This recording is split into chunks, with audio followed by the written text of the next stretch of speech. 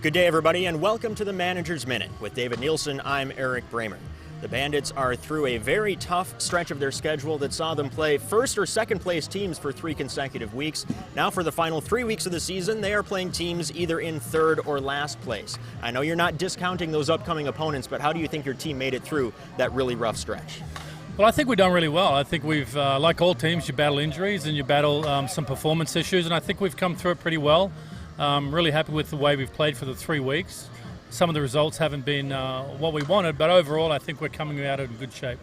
Compounding that difficulty is the fact that the Bandits have played 2 consecutive rounds on the road. Well, they are back home for 2 straight weeks at One Hub Stadium, powered by Optus. Coming up on Wednesday, a 5-game series against the Auckland Tauatara, a team that beat you 2 games out of 3 at the beginning of the season.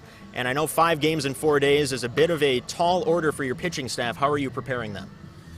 Well, one game at a time. You know, that's where things are at this part of the season. Again, I think we're in pretty good shape. It's going to be great to get home. We really need some energy from that home crowd. They always bring that next level for us. And I think the guys have been on the road before Christmas and after Christmas, which has really been difficult for us. So we're looking forward to getting home, sleeping in our own beds for an extended period of time and playing some good baseball. Finally, Dave, I know you are very proud of your time as a player and representing your home country in international play. We are here taping this in Sydney, home of the 2000 Olympic Games. You won a silver medal in 2004 in Athens, but I know that a lot of these games in 2000 were played at this ballpark. What memories flood back when you enter these grounds? Yeah, there's a mixture of emotions. A lot of great things have happened on this field. We qualified for 2004 here.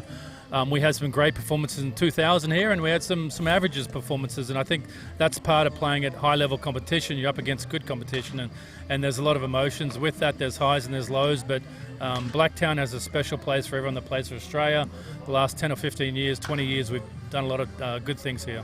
The Bandits have 2 more home rounds, and they come in the next 2 weeks. Wednesday starts round 8 against the Auckland Tauatara in a makeup of a rainout from earlier in the season. For ticket information, go to brisbanebandits.com.au.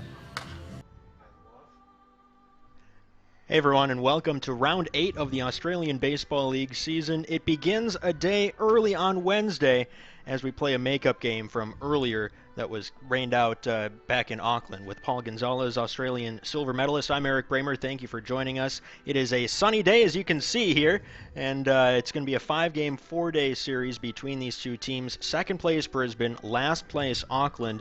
The Bandits are in a bit of a stretch here where now they are through the toughest part of their schedule. They played the last 2 rounds on the road, winning 4, losing 4 against Sydney and Melbourne.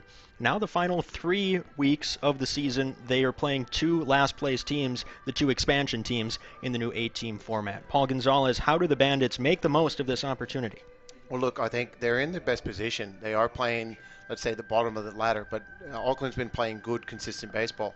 Opportunity for them to really push themselves up the ladder and prepare themselves for a playoff run. I think this is a great matchup for the Bandits, particularly the back end of the season, and I think the season schedule's played out really well for them. Auckland Tauatara are 9-18 in their inaugural ABL season. They took 2 out of 3 from the Bandits in New Zealand, again back in round 2 it was. We saw this team at an exhibition series here at One Hub Stadium powered by Optus. They have a different standard for success than the Bandits do. Brisbane 3-time defending champions, Auckland in their first season. At the end of the season, what do the Tauatara want to have accomplished in their first ABL year? Look, I think they want to show that they're a real franchise, and they've actually shown that this year. They've been very, very consistent and competitive throughout the year. They've had a mix of roster changes here and throughout the season, but they've been consistently able to compete, and that's the main thing. I think next year will be a big transition year with the move into the new stadium, but they've actually shown a lot of, I guess, the ability to play at the ABL level, and we've got to acknowledge the organization for what they put on the field. Roster change for the Tauatara brings Stephen Swaggerty to the bump tonight. He will be making his ABL debut. The Arkansas native is coming over here to Australia, and he will pitch against the Curran Cove Brisbane Bandits, who will send Ryan Bollinger to the mound, making his 2nd start of the year. The Bandits made a couple roster changes, a couple roster additions. The big one, the one that we will see tonight in the starting lineup, is Winton Bernard, the left fielder, who has a good bat, is a good a speed type guy, and I think that's something that the Bandits are missing in their current roster composition. Look, I think it's going to be a fantastic addition. The hardest thing for him, he just arrived 2 days ago, and I got a chance to see him hitting the batting cages. So you're talking about a veteran guy at the plate, AAA, AA type guy, San Francisco Giants, Chicago Cubs. I think he's a great addition to the ball club for this late push to the playoff run. Bernard split the 2018 season between AA Tennessee and AAA Iowa in the Chicago Cubs organization. Tauatara have taken the field with Stephen Swaggerty making his warm-up tosses. Because this is a make-up game, the Bandits will bat first.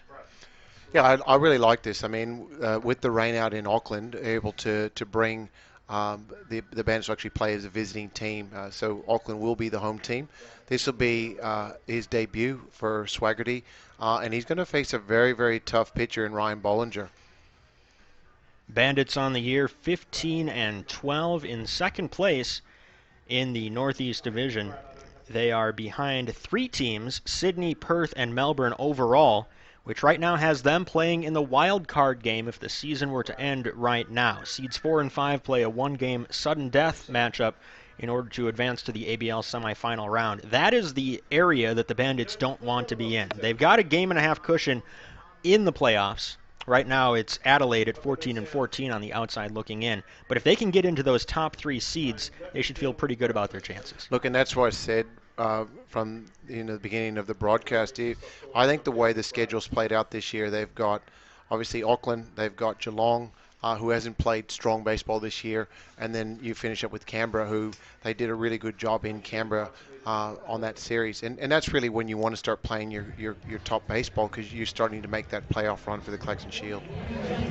Lineup for the Bandits begins with Riley Unruh at second base. Batting second in left field, Winton Bernard. Batting third in center field, Andrew Campbell. The cleanup hitter and third baseman is T.J. Bennett. Batting fifth at shortstop, Logan Wade. Batting sixth, the DH, Donald Lutz. Batting seventh in right field, Wade Dutton. Batting eighth at first base, David Sutherland. And batting ninth and catching, Danny De La Calle. First pitch, a called strike to Riley Unruh. First pitch at 6:06 local time, 27 degrees Celsius with a wind at 13 kilometers per hour coming from the northeast, blowing out to right field. Swing and a miss, and the count is quickly 0-2. Yes, first time we got a chance to see Swaggerty, but the book on him is he's a three-pitch guy. What I have seen early on, he's going to work really quick. He'll work down in the strike zone. He is familiar with the ballpark. Good pitch right there. And probably the adjustment for the hitters now will just be the sun. So you've got variations of sun and shade. So they'll have to make some early adjustments against the righty. 3 pitches, 3 strikes. Unruh down, and here is the Brisbane Bandits debut of Winton Bernard. Bernard will get the start in left field. As we said in the open, he spent 2018 in the Chicago Cubs system, splitting time between AAA Iowa and AA Tennessee. He takes high ball 1.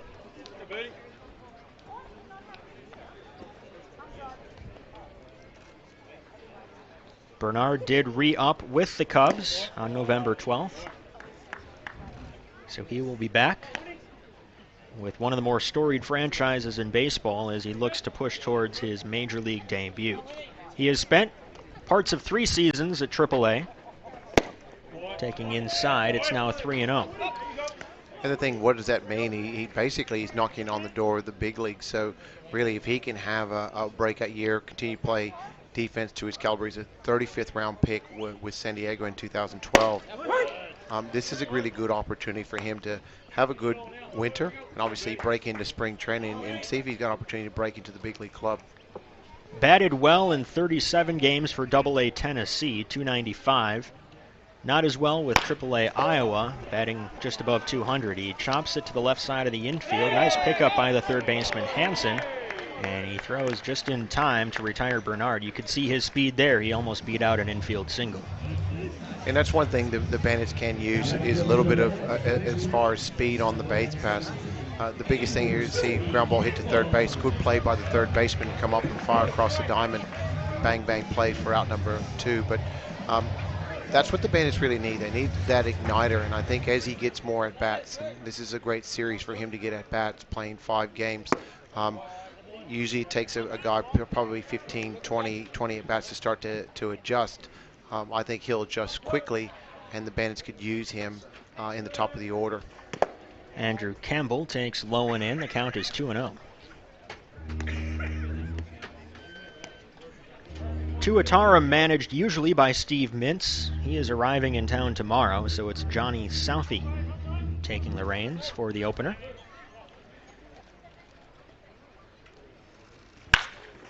Line drive past the diving first baseman Richards into right field.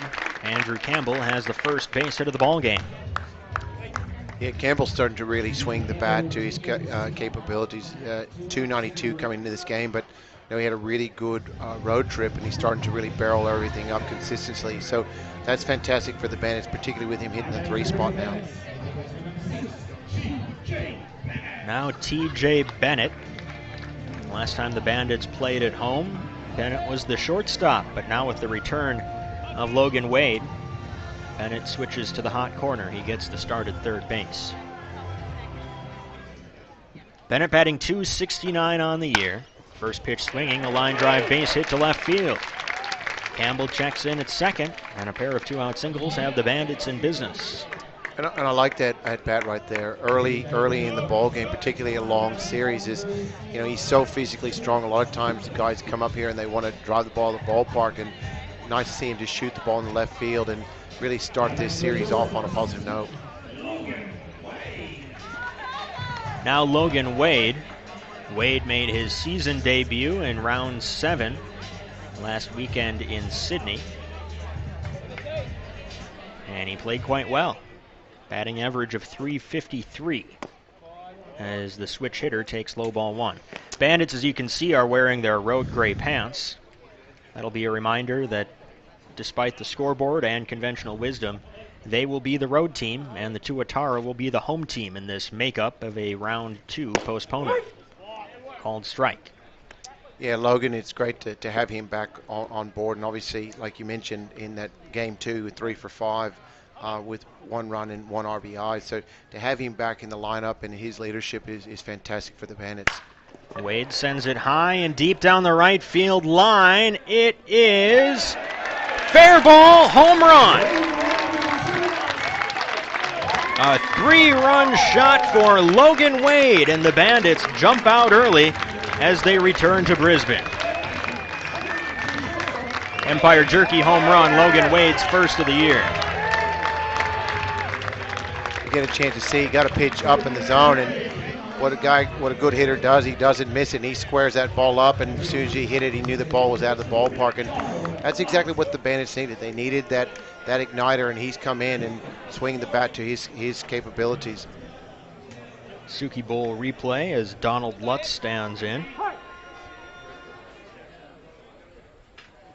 Lutz with a big swing and a miss, 0-1. Donald had been forced to play in the field in the opening rounds of this season because the Bandits didn't have enough true outfielders. Now he is at the DH spot, and while Lutz is a capable outfielder, I think this is where he fits in best on a team. Called strike. First 2 outs came quickly for Stephen Swaggerty, but then a Campbell single, a Bennett single, and Logan Wade's 3-run home run. Lutz chases up high. In protect mode, he fouls it back.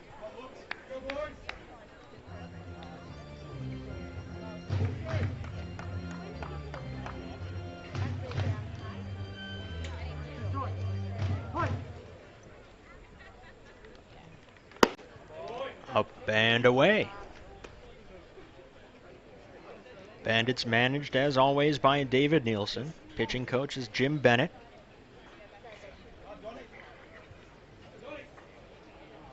Three-time defending champions of the ABL. 2-2. The batting average for Lutz not exactly where he would like it. Last year's home run champ, batting just .161, but even though he has struggled with the bat, at-bats like this have been a constant. Professional, not chasing, going deep into counts. He swings and misses, And 2 strikeouts in a first inning for Steven Swaggerty. But in between those 2 punch-outs, Logan Wade with a 3-run home run, his first of the year. The Bandits are up early. You're watching Bandits.tv.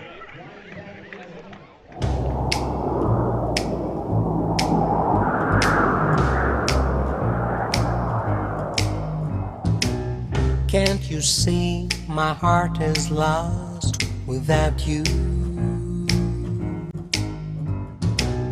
And your kisses make me love you more. And your kisses make me love you more. Can't you hear the sound of love and desire?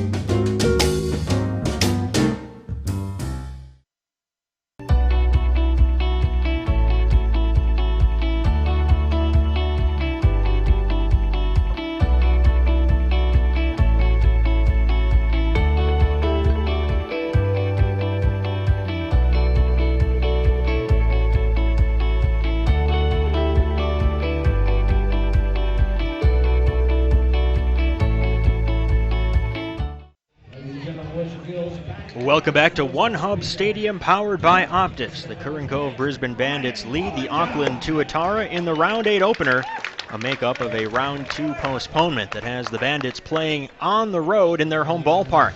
Here's Ryan Bollinger, making his second start of the ABL season. Bollinger almost made it to the bigs last year. Well, he did make it on the Major League roster with the New York Yankees. Didn't get into a game. Now he is property of the San Diego Padres, and he has risen his stock in his second season with the Bandits. You see the numbers, 1-2, a 3.57 ERA. His first start of the year a week ago in Sydney didn't go quite the way he wanted, as he delivers a called strike to Eric Jenkins, the left-handed hitting Auckland center fielder. 4 runs on 6 hits and 3 2/3 for Bollinger, but 3 of those 6 hits were infield singles, and he was punished for each and every one of them.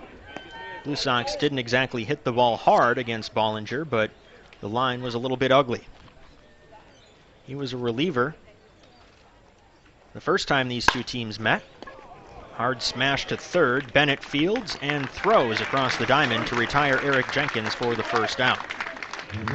Jenkins followed by Taylor Snyder, Nick Tanielu, Daniel Lamb Hunt, Max Brown, Chris Richards, Luke Hansen, Kuo Chun Wei, and Zach Clark in the Tauatara lineup. Bollinger had 2 relief outings against the Tauatara in New Zealand, 2 scoreless, 1 hit, and 3 strikeouts. 7 earned runs on the season for Bollinger, and 4 of them came in that start last week. Called strike on the inside corner to Snyder. I really like what David's done. He's obviously started him in the pen and let him build up, and I think timing can actually work out really well for the Bandits and for Bollinger, where I think he'll start to peak closer to playoff time. That's exactly where they want, because if he can come in as a potentially a 1 or 2 arm in the playoff run, that's a pretty good combination with him, Blackley, and Atherton coming at you in a three-peat. Snyder cracked his bat. He retreats to get a new one. Right-handed hitting shortstop for the Tauatara is batting an even 200 on the season. Bollinger will feature a fastball in the mid-90s, 2 breaking pitches, a slider and a curve, and also a straight change. 1-2 the count.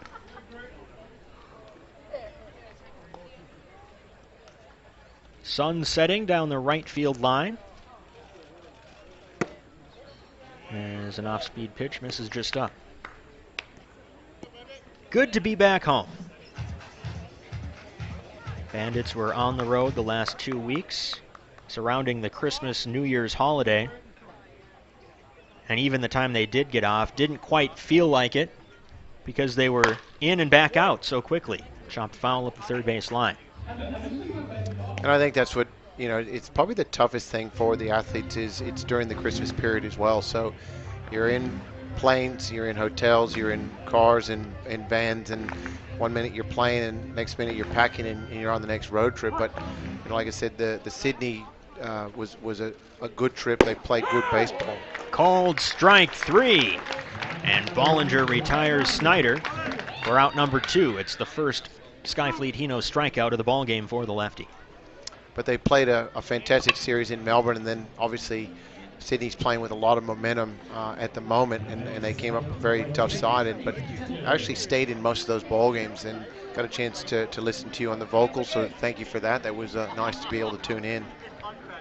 We dodged the water balloons that were thrown at us and the equipment malfunctions because of the heat, but we got the broadcast on the air, and it was a pleasure to join the team on the road the last couple weeks. Nick Tanielu stands in, second baseman for the Tauatara, batting .222 on the year.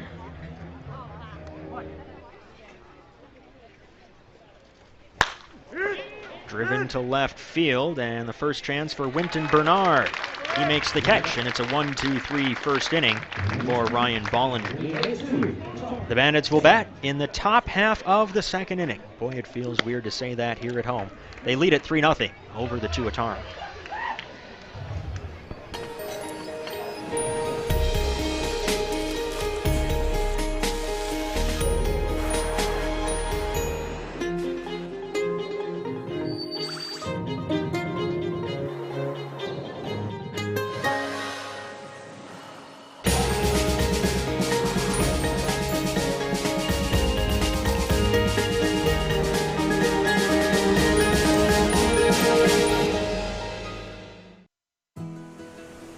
Careful, out there, champ.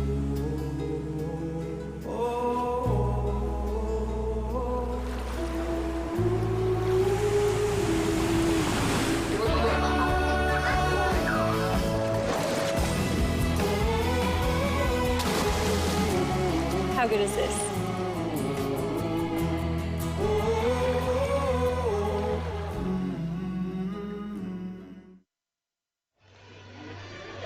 Beautiful night for baseball here in Brisbane, and the Bandits lead at 3-0 over the Auckland Tauatara in the Round 8 opener. Thank you for joining us tonight. Paul Gonzalez and Eric Bramer with you. Pretty good crowd on hand given the circumstances. This was a makeup game, not on the original schedule, but crowd continuing to file in. They've made some early noise here as the Bandits jump out to a 3-0 lead on Logan Wade's home run in the first inning. Yeah, good crowd today, and there's a lot happening. The Brisbane International is happening at the moment, and there's a Gold Coast Classic. There's a touring team from New Zealand's actually here tonight as well, and I think there's over 30 players that are in competition, and they're able to attend and support their home team.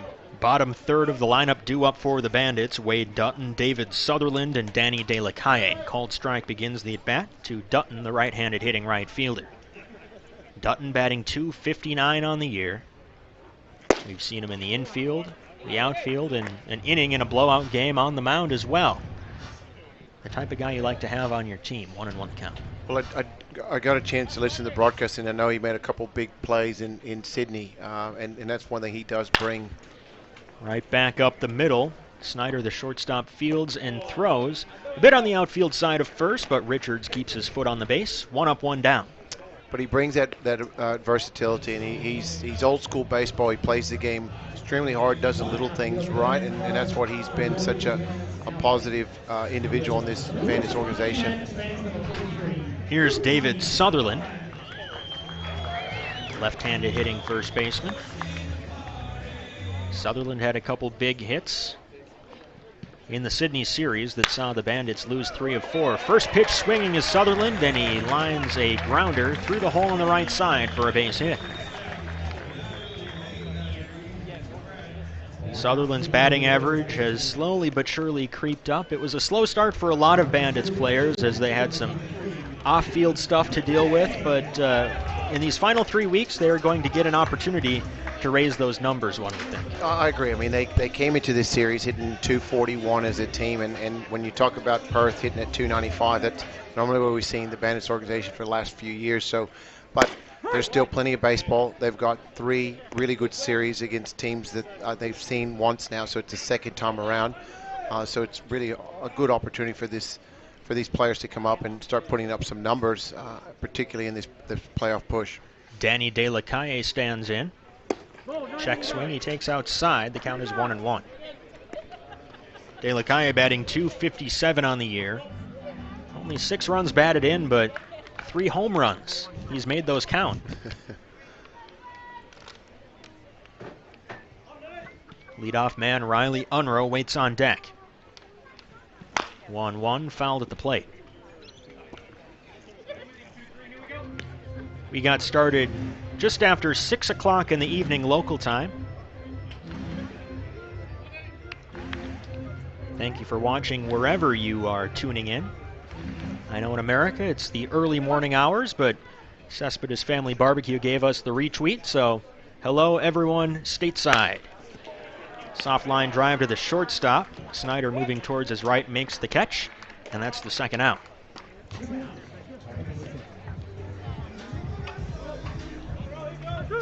This is a quiet time in the baseball world, isn't it? In between the winter meetings and the Hall of Fame announcements, free agency has been open for a while, and sometimes you'll get a big shakeup, but by and large, there's not a whole lot going on. So if you're trying to quench your baseball thirst, ABL is the place to do it. Riley Unruh struck out on 3 pitches to begin the ball game. He takes a called strike.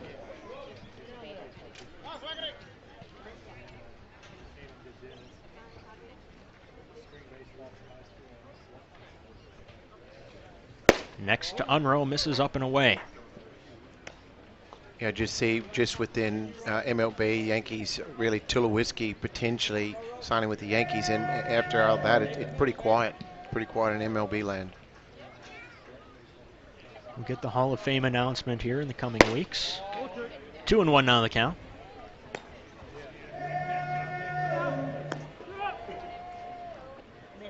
And then before you know it, spring training will start up right around Valentine's Day. That's really the toughest thing for some of these athletes is the mindset of knowing they're about to start spring.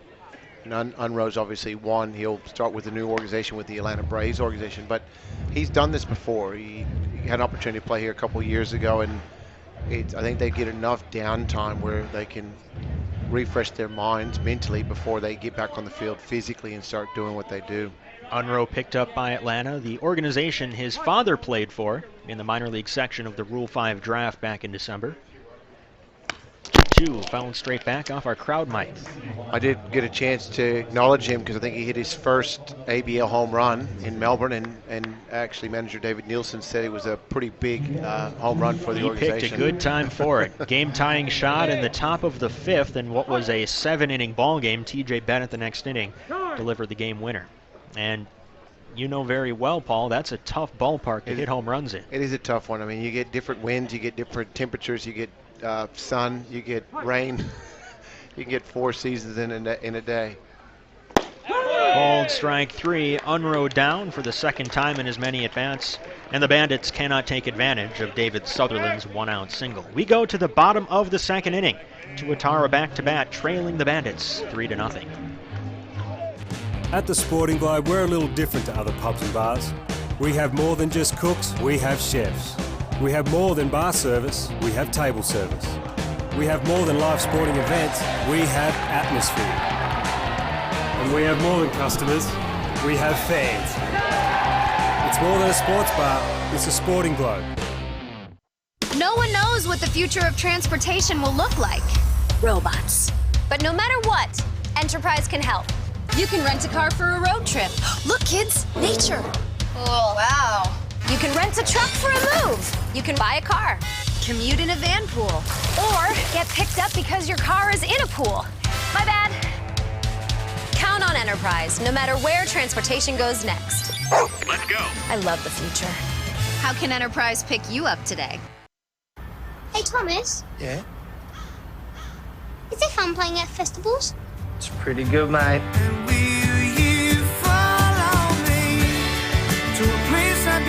You get to see amazing places, meet new people. Everyone's just pumped to be there, and you get to do the sign-off.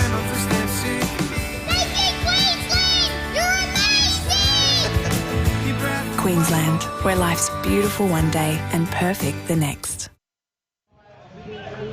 Bandits up 3-0 as we go to the bottom of the second inning. Tauatara, the home team, as they send 4, 5, and 6 in their lineup against Ryan Bollinger, coming off of a 1-2-3 first inning. Paul Gonzalez and Eric Bramer with you. There are the Bandits, courtesy of Reese, our Steadicam operator, who is, how would you describe the way Reese is dressed? I tell you what, in a protective mindset, I would say. He is, but he's geared up and he's in good spot. So hopefully we'll catch some money shots today. I'll ask you a personal question. How was your New Year's? It was good, very relaxing. Caught the 8:30 fireworks on the South Bank, and swing and a miss from Daniel Lamb Hunt. And then I pretty much called it a night, but it was good. It was my first New Year's outside of snow and isolation, so seeing fireworks was a bit of a novelty for me.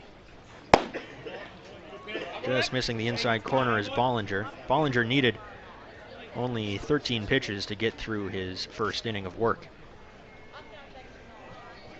How was your New Year's? As yours, I think we convinced the kids at 10 p.m. it was midnight, and we broke the sparklers out. And I think we had about 72 sparklers for the kids, and we celebrated New Year's. And the older kids advised them, and it wasn't midnight at that stage, and they wished to stay up later, but we shut it down. But we had a quiet one, and just more family and friends, and just kids in the pool, and just enjoyed just a quiet barbecue for New Year's. 3-2 now to Daniel Lamb Hunt. DH batting .299 on the season. And he takes ball 4. Close pitch from Bollinger. And a leadoff walk begins the second inning.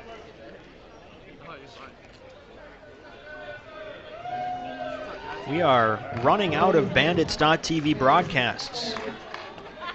Playoff scenarios, of course, are very much up in the air, but we'll have the first 3 of round 8 between Auckland and Brisbane. Saturday's doubleheader will be an ABL TV production. And then next week, round 9 against Canberra, we'll have the first 2 ball games, Thursday and Friday, before ABL TV comes in for another doubleheader on Saturday. Cold strike on the inside corner to Max Brown, right-handed hitting right fielder. Round 10 will be in Geelong against Geelong, Korea, one of the new entrants into the ABL. And those games are piped into Korea on a linear broadcast network. This one driven high and deep to center field. Campbell going back, but he has room. Just shy of the warning track, he hauls it in for the first out. That'll bring up Chris Richards. I read a news article, I think it was either in the Adelaide or Canberra paper, about the numbers that those broadcasts are doing over in Korea, like 400, 500,000 viewers per game. Wow. So that is a great success for the league, and we hope to be able to grab some of the video from that broadcast, turn it into our own road Bandits.TV video broadcast to wrap up the regular season. Fouled at the plate, off the screen. Chris Richards, the first baseman, batting .271 on the year.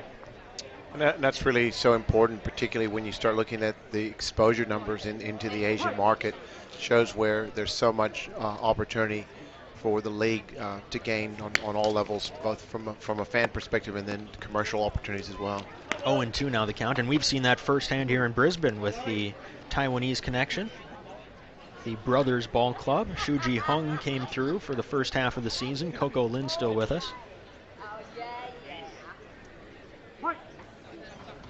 Daniel Lamb Hunt takes his lead at first. Bollinger, a lefty, throws over. Got a couple lefties on this team with good pickoff moves.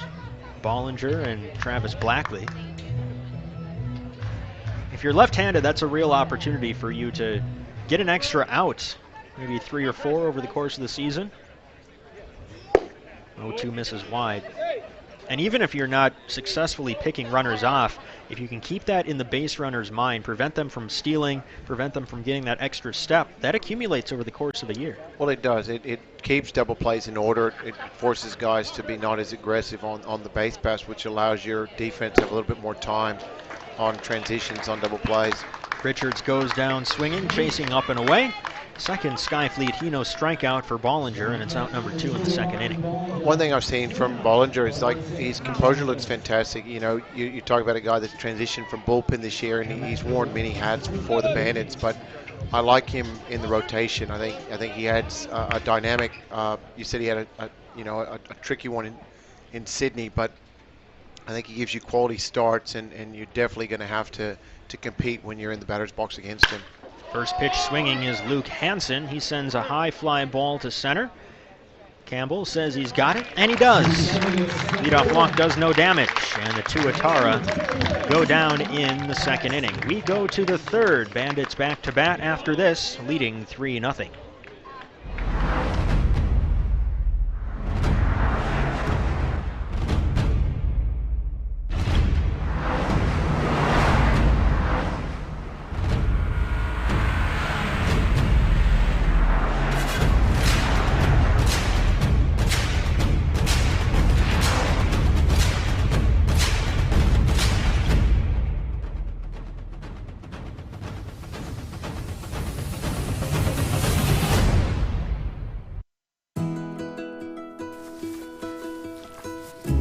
It's always been you. It's always been us.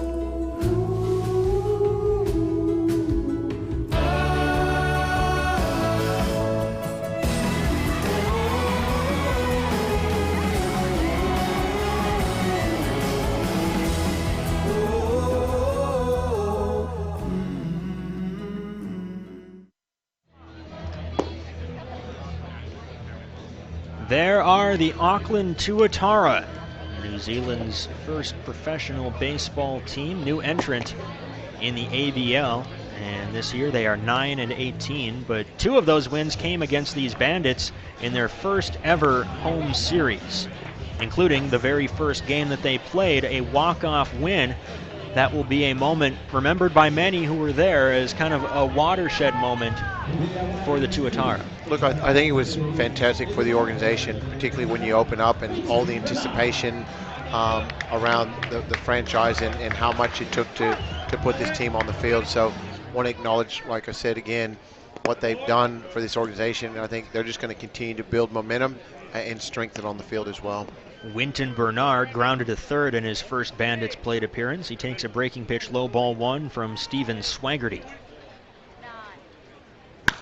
Bernard cracks it back to the screen. That's the part right there where I like to see it. You got to pitch up in the zone, and he's aggressive, and that's all I always want to see is when a guy just comes off the plane, he's taking a few hacks in the cages, how quickly can he adjust in the batter's box. 1-1, low and away, and you'll also see some of this as well. Guys just taking pitches, tracking the ball, and making sure that they've got their eyes right as they get back to game action. Line drive to left field. It's down for a base hit. Winton Bernard has his first base hit with the Bandits to lead off the third inning. And that's a really good start for him right there. And you always want, when you break in with any organization, no matter how much time you have, you always want to break up in the positive. And right there, that's a screaming line drive into left field. And exactly what the Bandits need. They just need that guy that can be an igniter at the top of the order and let these guys in the back end start trying to do some damage. I think they're going to ask for the ball. Time was called. We saw that in Melbourne with Ryan. It was not Ryan Simpler. It was Matt Watson, I believe, for the Bandits, collecting his first ABL strikeout. And he didn't call time before he threw it out of circulation. So it was a 2-base advance. Here's Andrew Campbell. He got the first inning rally started with a 2-out single. He came home to score on Logan Wade's 3-run home run. Called strike. Begins his second turn at bat.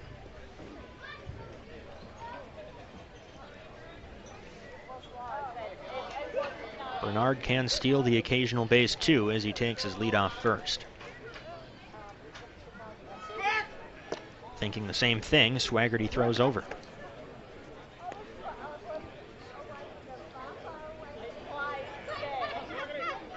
Bernard stole 25 bases over the course of the 2018 season. Again, that was across 2 different levels. Pitch to Campbell, misses upstairs. And you can just see where he's already potentially playing havoc in his first game. He's forcing Swaggerty to rush. And obviously you see a couple pitches up in the zone, and that puts Soupy in a better position because, you know, tendencies are to stick with the fastball. 1-1 just misses, 2-1. The Bandits are a team built around the home run, and that makes complete sense, playing at a home ballpark with 370 feet to center field and the wind consistently blowing out to right center field. But the more speed they have, the more well-rounded they can be. 3-1, a couple close pitches missing from Swaggerty. Approaching pitch number 50 on the night.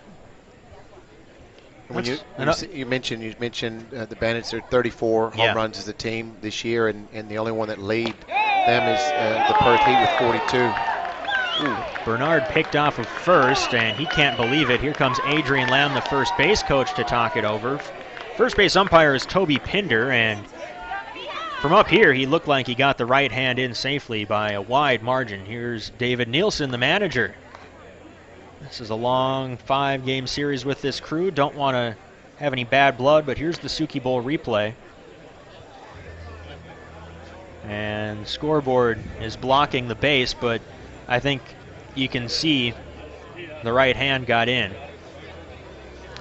See if we can see a replay again. And it looked like the tag was in the top of the shoulder. Just seeing if we can pick it up. So the hand is there.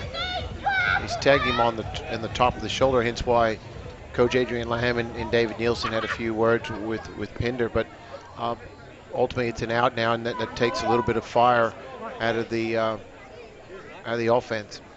3-1 fouled off the front foot of Campbell, and the count runs full. Other 2 umpires, by the way, are Gavin Carson at third base and Kruchi Paul Latta calling balls and strikes behind home plate.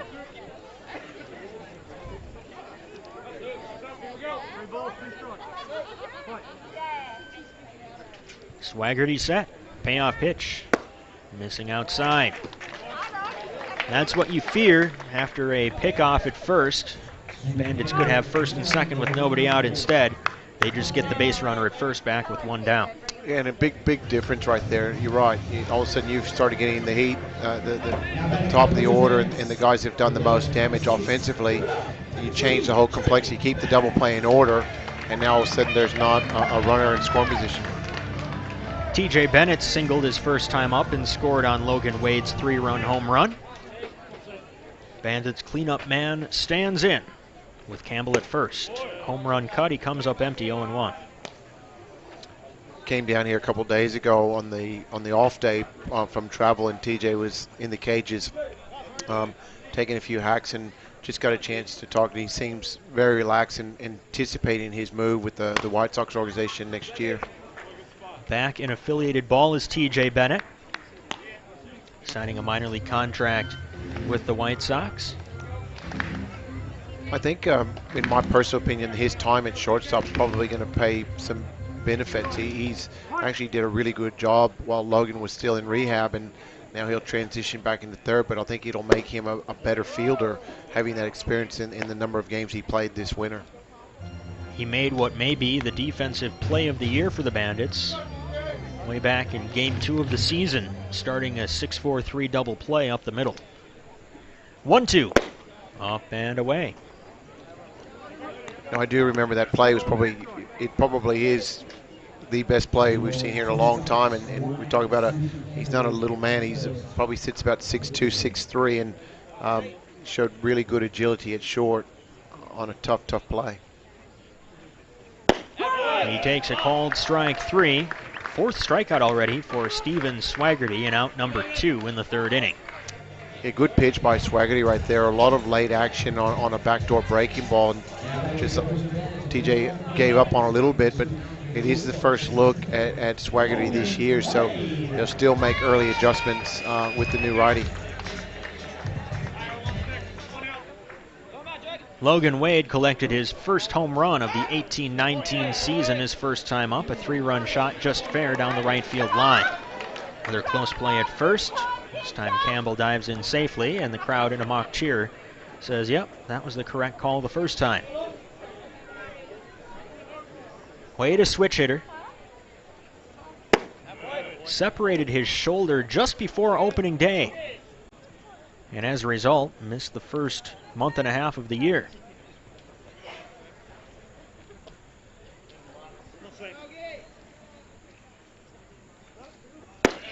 "1-0, a called strike. And out of his crouch is Quo. He chases Campbell back to first. 3 runs on 5 hits for the Bandits. No runs on no hits for the Tauatara. Their lone base runner was a leadoff walk in the second. Bandits are the visiting team. Despite playing this game at home, it's a makeup of a round 2 postponement in Auckland. It's always good to see when a player's been down with an injury and come back and see him back in the lineup, but even better, and I'm sure David's extremely pleased he's come back swinging a hot bat. So it's always the toughest thing for any player to do. Underneath the elbows for a ball, 3-1. Donald Lutz waits on deck.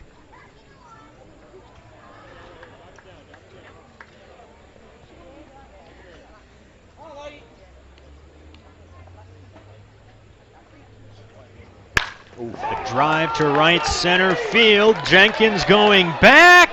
He's got another one. Logan Wade with his second home run of the ball game. And it's 5-0 Bandits.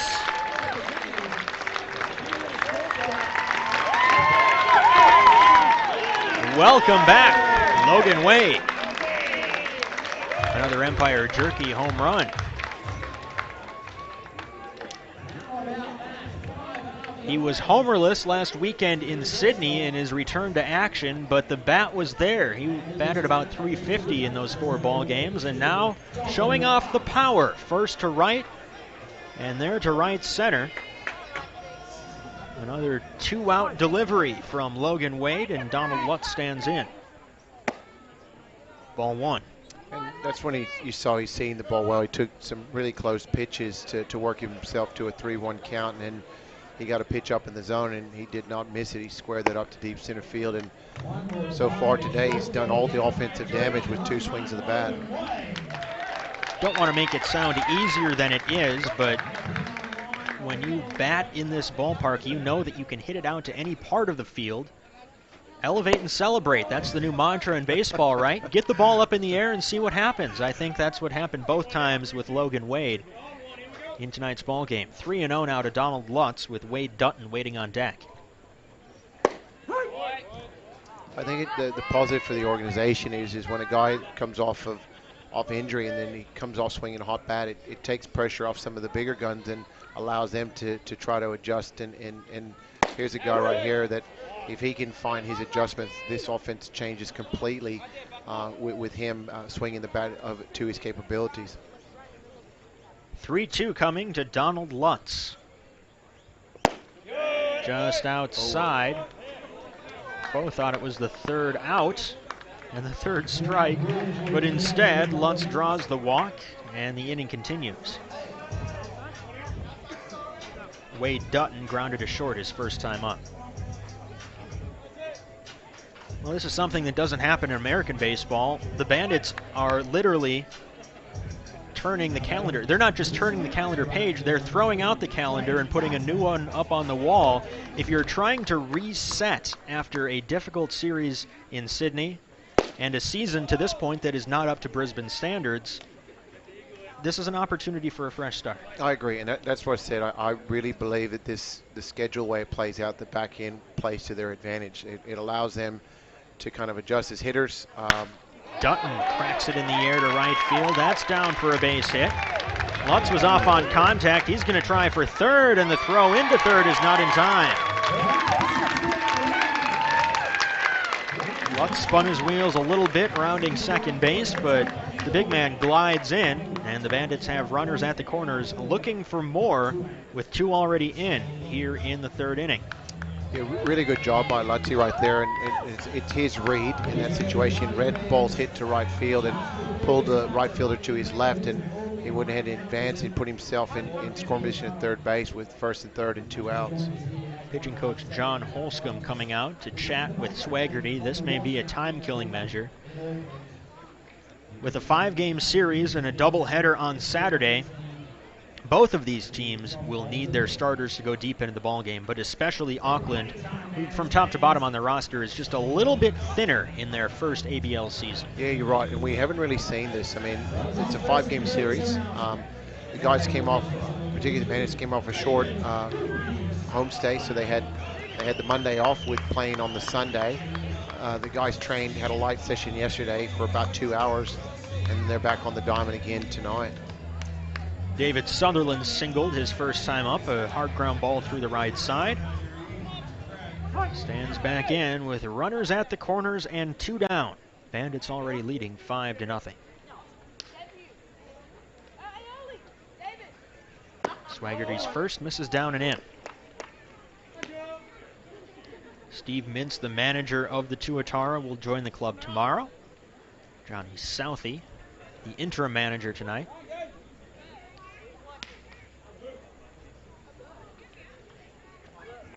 1-0, and Sutherland out early ahead of a breaking pitch.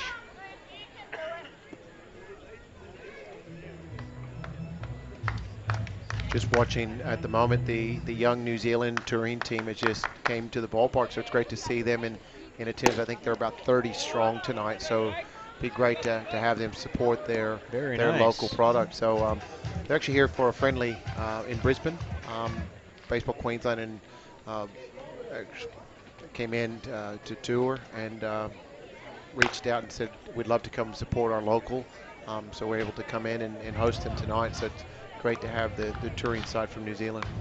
As an outsider, that's the most gratifying thing for me, to see young fans coming out to the ballpark as we try and grow this game in Australia. I know you, well, you are the guy in Baseball Queensland, so I don't need to talk to you about it, but just missing outside, it's 2-2. I'll give you a little perspective of the last 2 weeks while the team's been on the road. Yeah. So we had state titles for women, first time hosted at Bannister Park in Hindra, and fantastic. We had 164 participants over that period of time. To the backstop, and a hard carom keeps Lutz at third. Smart play by Lutz to watch the ricochet off the netting.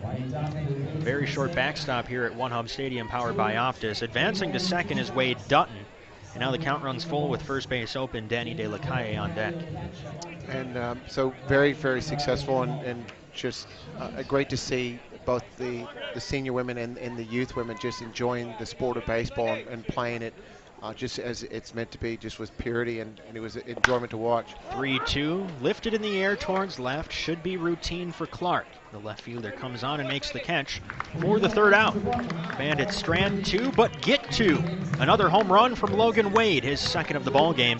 We go to the bottom of the 3rd inning. Brisbane on top, 5-0. Great job, Chef. Thanks. Who wants a drink?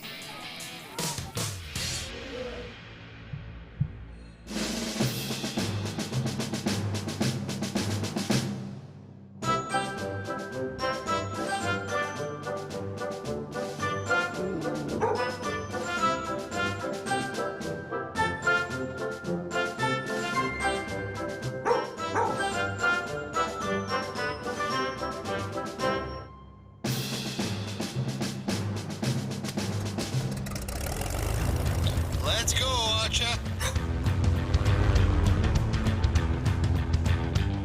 Beers away. Thank you, Archer.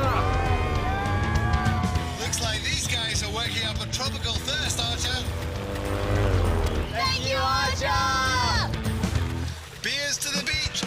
Thank you, Archer! They look thirsty down there in the outback, Archer. We'll all be. Thank you, Archer! Yeah!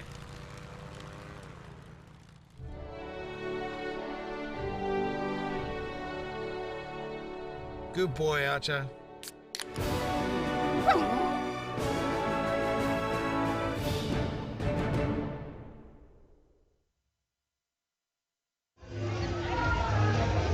Welcome back to Brisbane. Paul Gonzalez and Eric Bramer with you for the Round 8 opener between the Auckland Tauatara and the Brisbane Bandits. Brisbane leading it 5-0 as we go to the bottom of the third. Tauatara, despite being the visiting team, are acting as the home team tonight as we make up a postponement from back in round 2. Ryan Bollinger has enjoyed the early innings so far.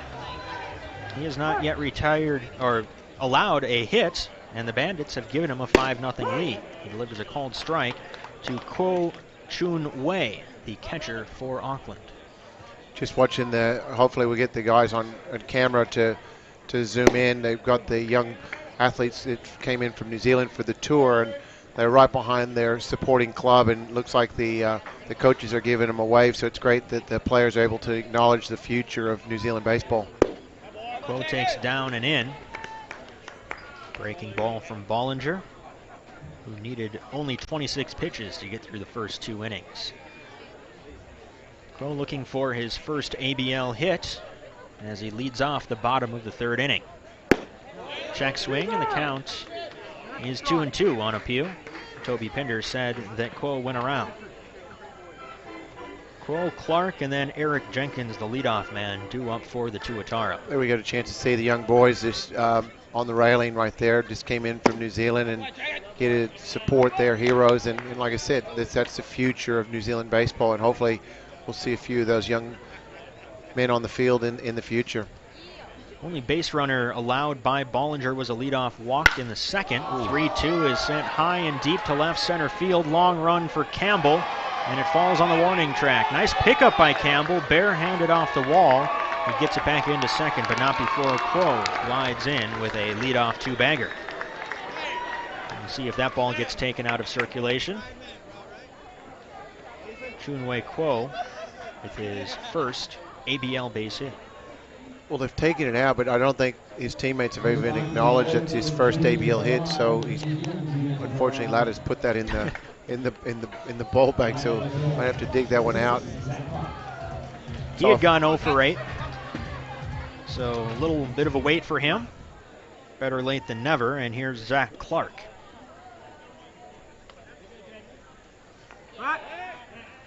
For the first pitch, Bollinger checks Cole back. And the thing is, he might actually be got his first ABL hit against a big leaguer next year in San Diego. I think if he throws the ball to his capability, he's got a chance of breaking with that club this year.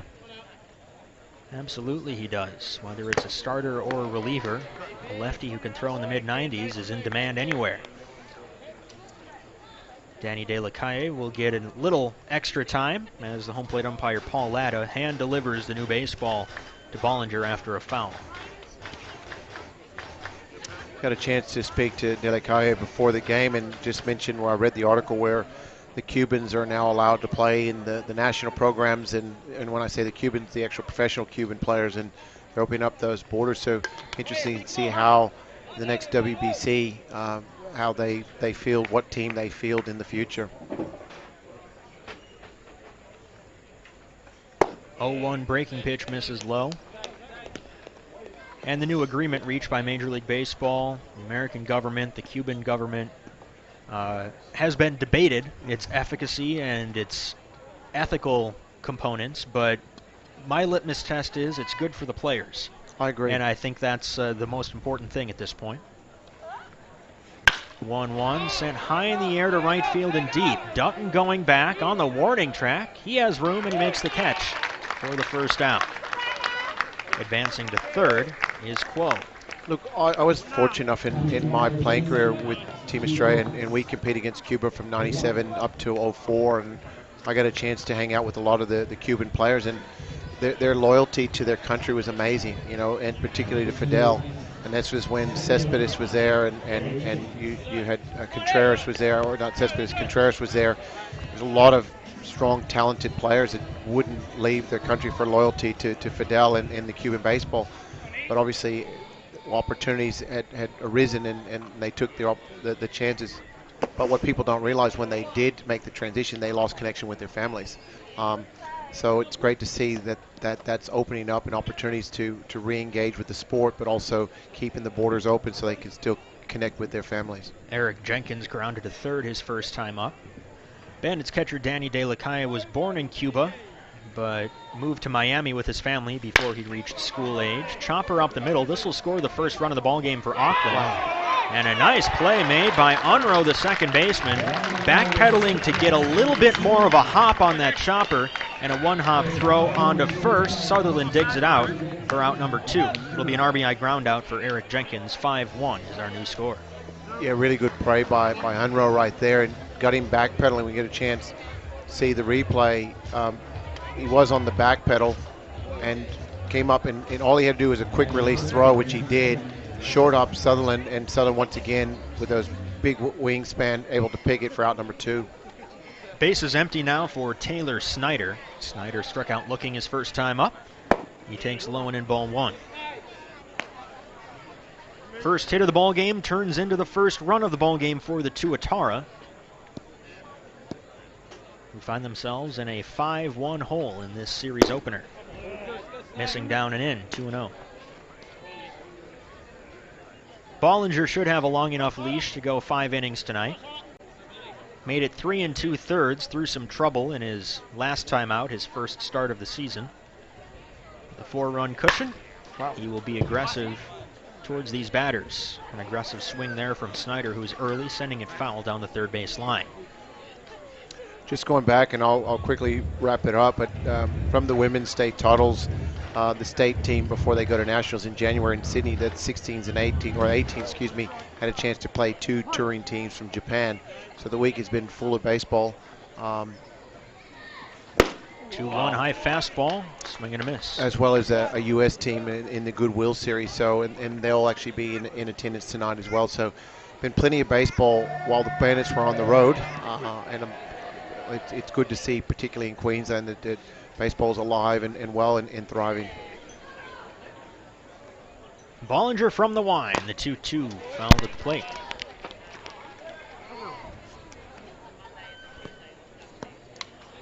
Bandits lead at 5-1 on the strength of a pair of Logan Wade homers. 3-run shot in the first and a 2-run shot in the third.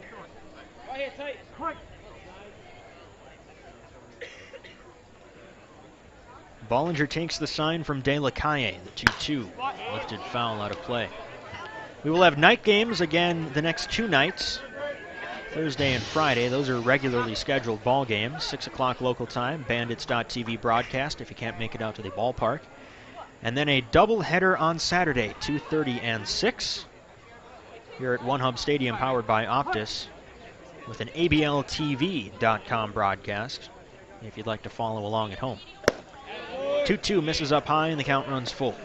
It's one thing I've seen right now with Bollinger. His secondary pitches haven't been spot on tonight. Just probably a little bit on the overthrowing and allowing these hitters to sit on number 1. So see what he comes in right here with 3-2 count. It's a fastball, and Snyder fouls it back. Bollinger, the subject of the Bandits game program story for round A. I know because I wrote it. So it's obviously a good article. Had an on-camera interview with him a couple weeks ago and turned some quotes into a story, but really fascinating journey for Bollinger. He was playing in Germany for the Bundesliga before coming here. Fouled back again. Count remains 3-2.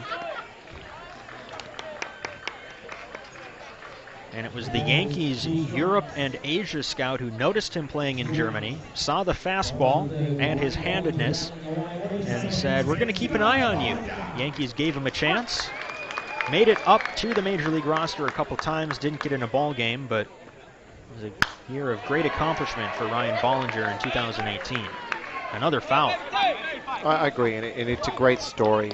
It shows when these athletes invest in themselves, and I think it counts for anything we do. When you invest in yourself, good things happen, and he's worked extremely hard, and it's great to see him back in the Bandits uniform. And I guess the biggest thing we'd love to see him is pitching in San Diego next year.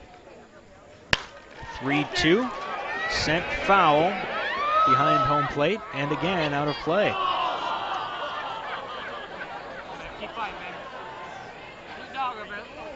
Long at bat between Bollinger and Snyder.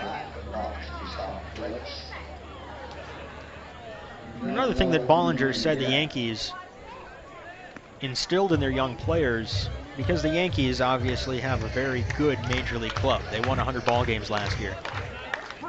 And most of those guys, their positions are blocked long term at the major league club. 3-2 swing and a miss. A breaking pitch finally gets Snyder to end the third inning.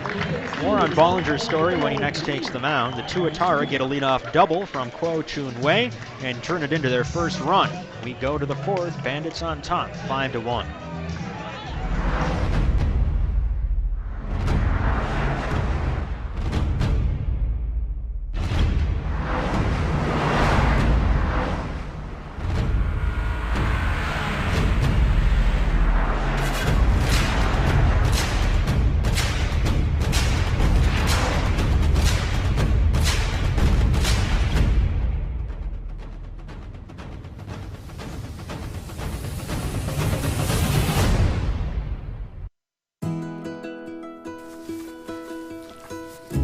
It's always been you. It's always been us.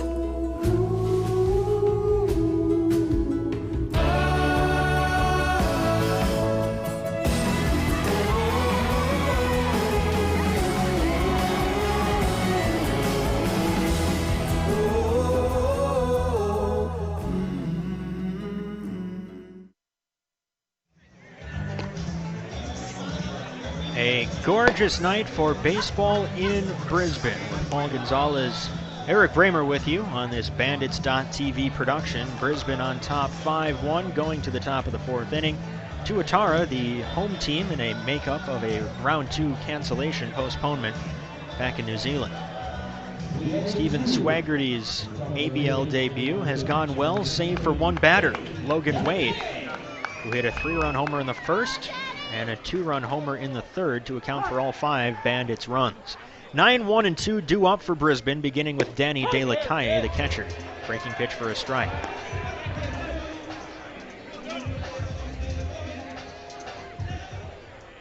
De La Calle hit a soft line drive to the shortstop his first time up. The 0-1 is hit hard again. This one foul down the third base line, just missing Shane Watson. I think for me, I'd love to see is this ball club swing the bats to their capability, and we haven't really seen it this year, but they still seem to sit at the top of the ladder. So if they can get their momentum over the next 3 series going into playoffs, and the way the pitching is capable of pitching, it's going to be a fun push over the next 3 weeks. The best I saw this team play was 2 weeks ago in Melbourne against the Aces. Bandits took 3 of 4, and they got good starts in all 4 ball games. Aces may be a playoff team. It was a very, very encouraging series for the Bandits. They did, of course, go on to lose 3 of 4 last weekend in Sydney, but 2 of those losses were by a single run each, one of which was a walk-off loss. And just 1 or 2 more hits could have turned that one around very easily. I think the big thing is, as a ball club, and obviously former players, these guys' mindset, they know what it feels like to be in the playoffs.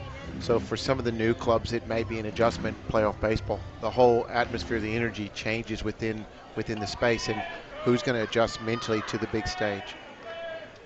1-2 from Swaggerty to De La Calle. Up and in.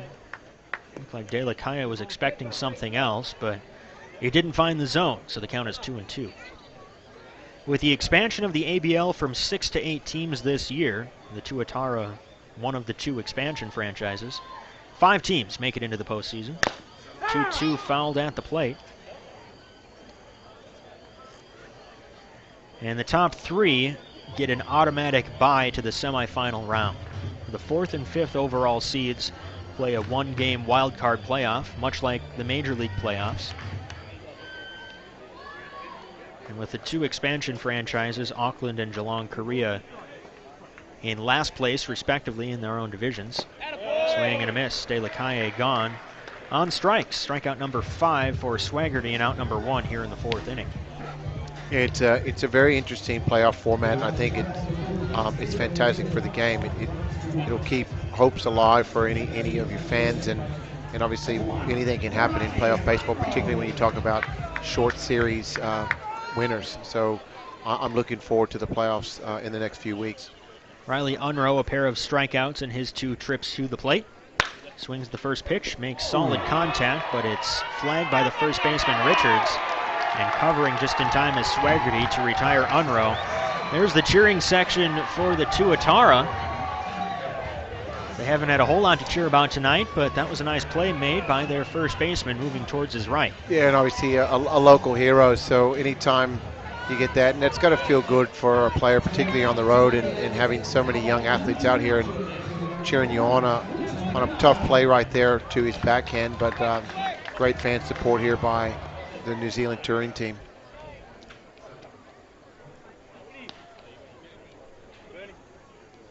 Winton Bernard collected his first Bandits base hit his last time up. He is 1 for 2 in total as he takes outside ball 1. To complete the thought, the Bandits right now are in 4th place among the 8 teams, which would put them in the playoffs, but also in the wild card game. And if they can get into the top 3 seeds, even if they don't have home field advantage the whole way through, they will at least be able to breathe a little bit easier and set up the rotation the way they would like. That's not something that would happen if they have to play the sudden death wild card game. 1-0. Missing outside. Well, I think if you look at what they have ahead of them, they would try to look optimistically of trying to at least win each of these series going into, and that would better their chances in their playoff favor. 3-0 on the scoreboard, but that was ball 4 to Winton Bernard. He has reached base for his 2nd time tonight. He was picked off his 1st time on a controversial call. He'll be a little bit more conservative now as Andrew Campbell stands in with 2 down.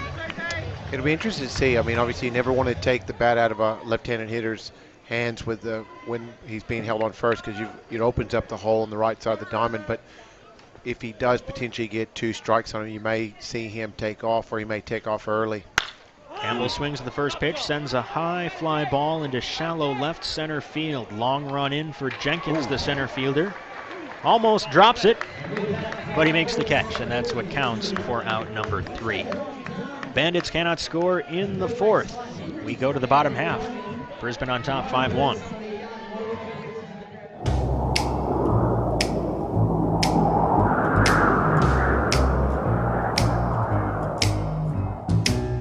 Can't you see my heart is lost without you?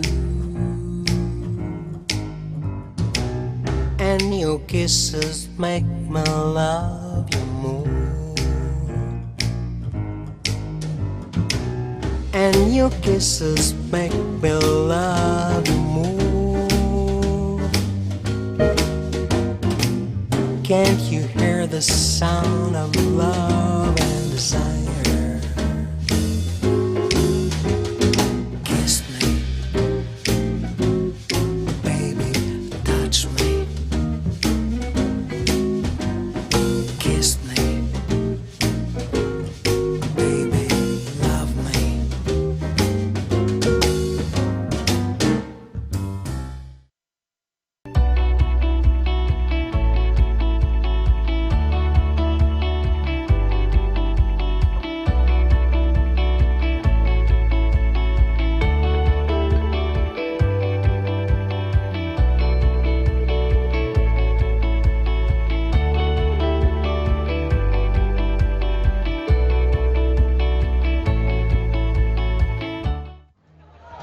Curran Cove Brisbane Bandits lead the Auckland Tauatara 5-1 as we go to the bottom of the 4th inning, and some Kiwi contingency here at One Hub Stadium powered by Optus. We were talking about those young fans who made the trek. They're playing some games here in Brisbane in the coming days.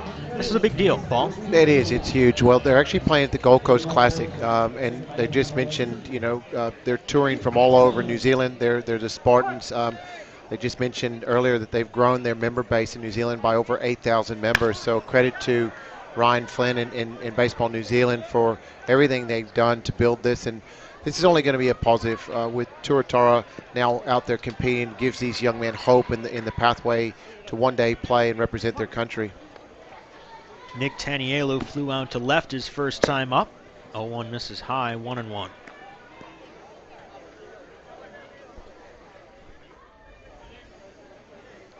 There's some stirring in the Bandits bullpen, but I think it's a game of closest to the pin rather than actual arms throwing. I think, like you mentioned earlier, with David knowing a 5-game series, he's going to stretch Bollinger out as long as he can and really take pressure off his bullpen, particularly with another 4 games to go. So if he could probably stretch him 6-7, that would be ideal for the Bandits. Good pitch. Called strike 3. 4th strikeout of the ball game for Bollinger. Another Skyfleet Hino strikeout, and out number 1 in the bottom of the 4th inning. What's interesting, in the last inning, Bollinger threw a breaking ball, and you get a chance to see it on the replay here. Just look at the late action and downward action. He's found his pitch and his location again, but he threw a pitch and he struck him out 3-2, and he nodded his head and goes, "I found it." And right there, he just showed he's got good command of his breaking ball, and that's that secondary pitch. Replay brought to you by Suki Bowl, as the first pitch misses up high to Daniel Lamb Hunt. He drew a walk to begin the second inning, but did not advance beyond first base. The rotation for the Bandits will go Bollinger, Lynn, Blackley, Atherton, and presumably Simpler in Game 5 of the series, Game 2 of Saturday's doubleheader. 2-0 now the count.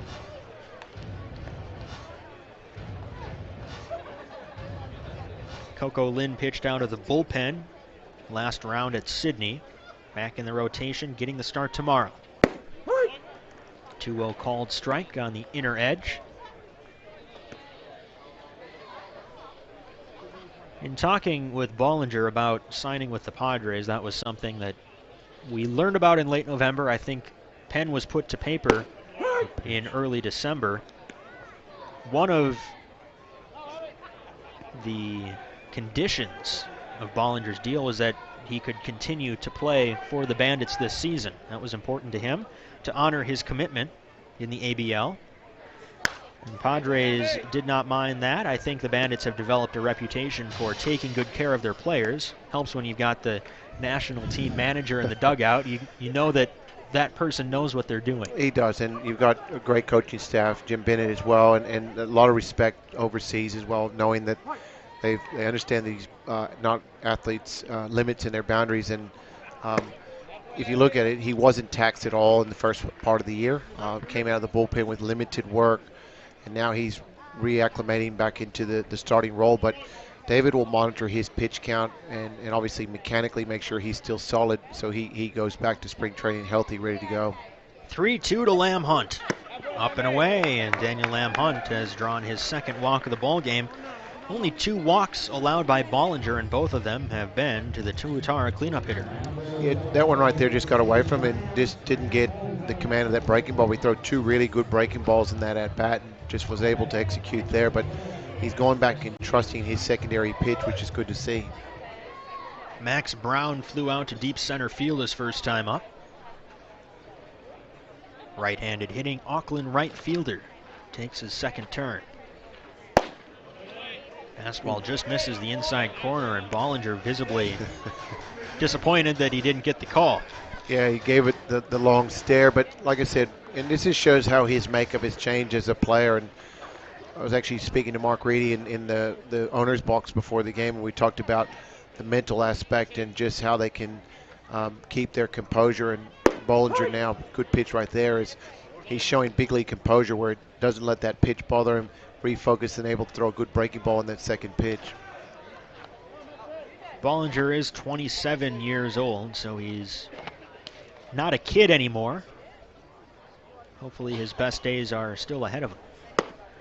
Well, it's funny you say that. And as an athlete, in particular in baseball years, when guys are 23, 24, 25, they're saying, oh, they're getting up the ladder in age. But technically, he's probably hitting his mental maturity as a player. Absolutely. And he's still got all his physical skills there. But I think this is when players start reaching their apex in their playing careers. Is they're more mature, and obviously they haven't really lost a lot physically. And once they get into their 30s and early 30s, probably some of those start to diminish, but mentally they become sharper. Bollinger has said as much in my conversations with him. He attributes his better pitching numbers the last couple seasons to just simply learning how to pitch rather than throwing. This is a guy who was drafted by the Phillies as a first baseman and made the switch to the mound full time. Another 2-2 coming. Well, the one thing I saw last year, and that was the book on him, he's always, ooh, looks like she got one on the head. Hope she's okay. She's smiling. Yeah, she's okay. Smiling. So she got the ball. That's the main thing. But he mentioned that, he was a power arm, and anytime you get a 6'4", 6'5" left-handed arm that throws low to mid 90s, you always convert him to the mound. But now he's got his second and third pitches. And that's really what the point of difference, because as you go up the food chain, AA, AAA, and try to get to the big leagues, you don't have command of second and third pitches. They'll dominate. They'll square you up no matter how hard you throw. Bollinger has 4 strikeouts, including 1 for the first out of this inning. And just getting a piece is Max Brown.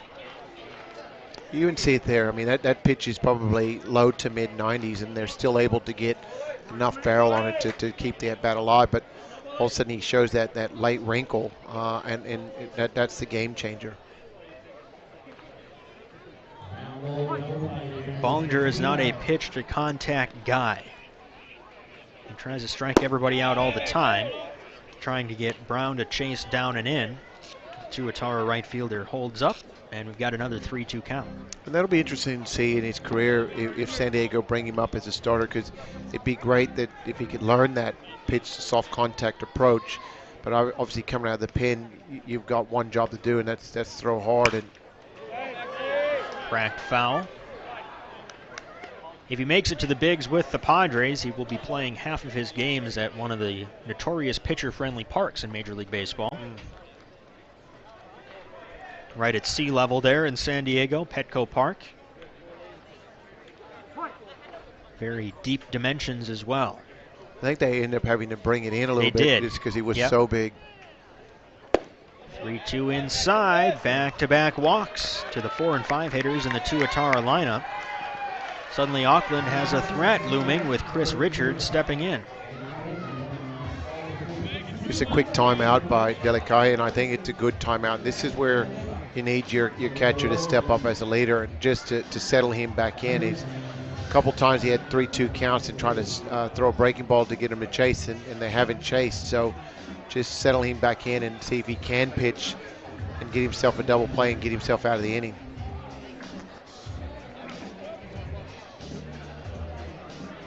Richards struck out swinging his first time up. Big first baseman, maybe a double play candidate if he can hit the ball to someone in the infield. Lamb, Hunt at second, Brown at first.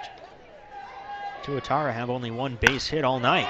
First pitch swinging is Richards, and he lifts it foul out of play. I'm just by the young players that have just attended, he must be a favorite, because they've just gone up a decibel or 10 since he stepped into the box.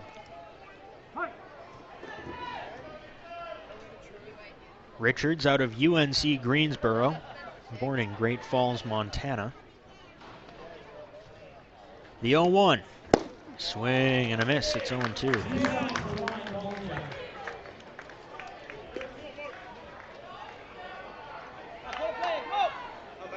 Keep in mind as we rattle off Auckland's offensive numbers over the course of this series that they too are playing in a very pitcher-friendly ballpark. Deep center field.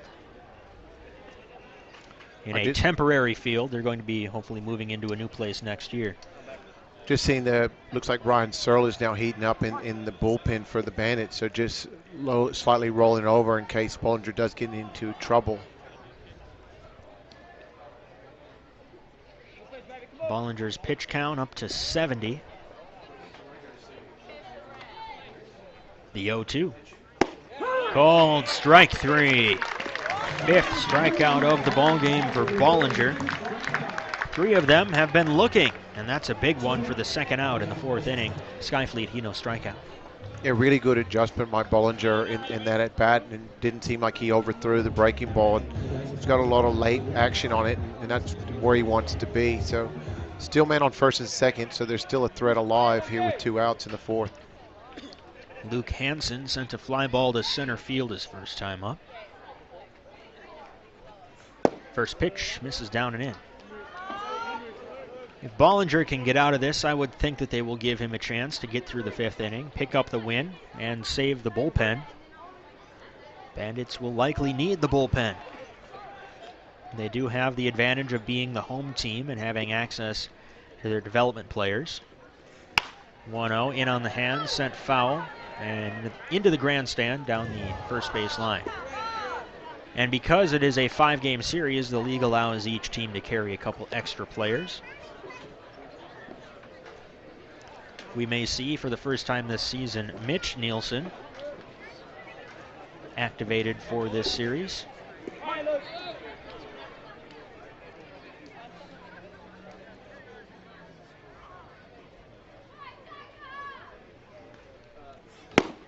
Swing and a miss, 1-1. Yeah, it's good to see. You mentioned Mitch Nielsen, and another impact bat that's been missing all year. You got a switch hitter that has the ability to drive the ball out of the ballpark from both sides of the plate. So see him hopefully come back and have an opportunity to swing the bat to his capabilities will be a great addition to the Bandits. Bollinger trying to pitch out of the jam. The 1-2. Breaking pitch taken low.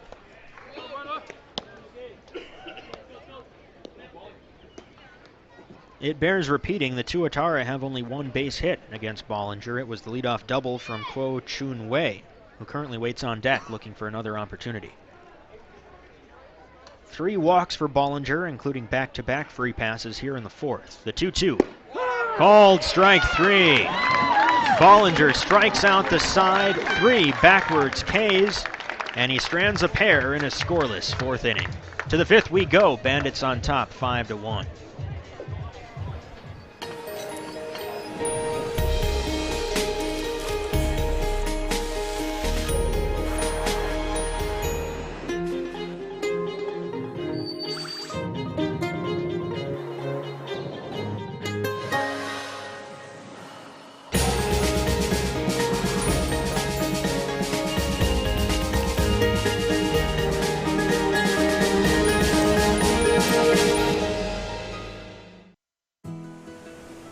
Careful, out there, champ.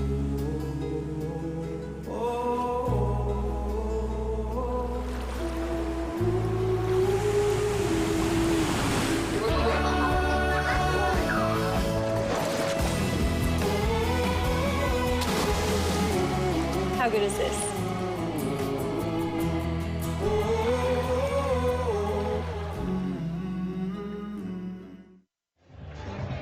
Lively atmosphere at One Hub Stadium powered by Optus. New Zealand representing their new ABL franchise here on the road, but the Bandits lead it 5-1 over the Tauatara as we go to the top of the 5th inning. Steven Swaggerty done after 4 innings. He allowed 5 runs, and well, all of them scored on Logan Wade home runs. A 3-run homer in the 1st, a 2-run homer in the 3rd. Alderley higher pitching change brings Taki Tashiro into the ballgame, making his 3rd appearance on the season. Yeah, Swaggerty threw the ball well. I mean, you talk about if you take Logan White out of the lineup, it's a completely different ball game here. But Bandits do lead 5-1 here in the 5th inning, and really it's been fantastic to see Logan get back on the field here at One Up Stadium and doing some damage early on his return. Swaggerty's line reads 4 innings complete, 7 hits, 5 runs, 3 walks, and 5 strikeouts. Taki Tashiro, no wins, no losses, a 5.40 ERA in limited work. He's allowed 2 runs on 5 hits in 3 1/3 innings. Just 21 years old, the lefty will face 4, 5, and 6. Lefty switch lefty in the Bandits order: Bennett, Wade, and Lutz.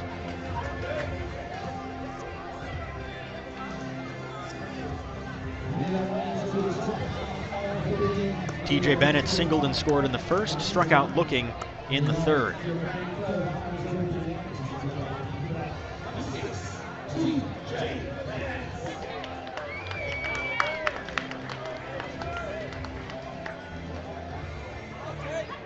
Bennett, the team leader in home runs, has been the rock in the middle of the Bandits lineup this season. He takes on the outside corner.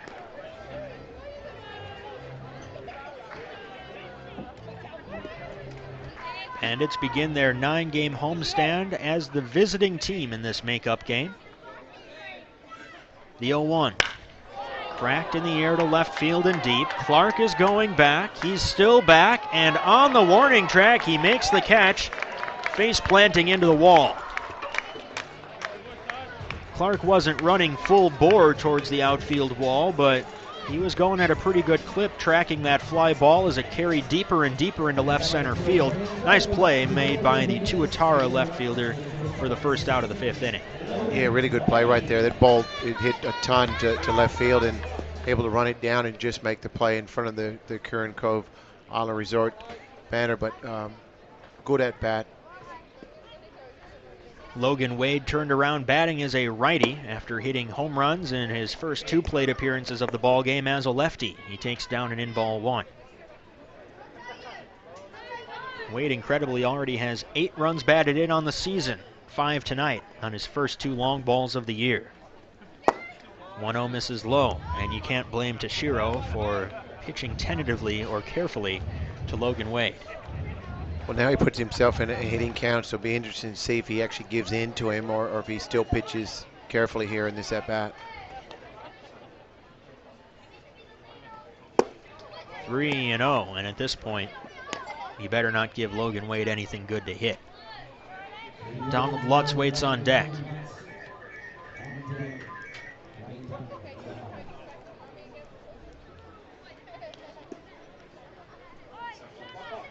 Toshiro comes set. The 3-0 to Wade.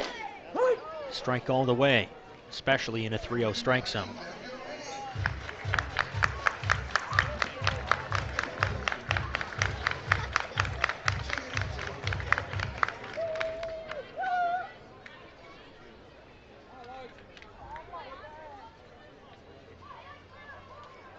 Toshiro's 3-1. Check swing taken up and away. A 5-pitch walk to Logan Wade, who has now reached base or circled the bases all 3 times. Donald Lutz drew a walk his last time up. He's 0 for 1 with a free pass and a punch out. He will try and connect here in a lefty-lefty matchup.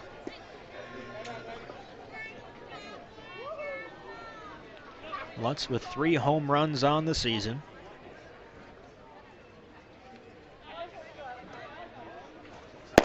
First pitch misses down and away, ball 1. It'll be another 6 o'clock local time first pitch tomorrow. And a 6 o'clock start on Friday as well. Doubleheader at 2:30 and 6 on Saturday to wrap up round 8. 1-0 to Lutz on the outside corner.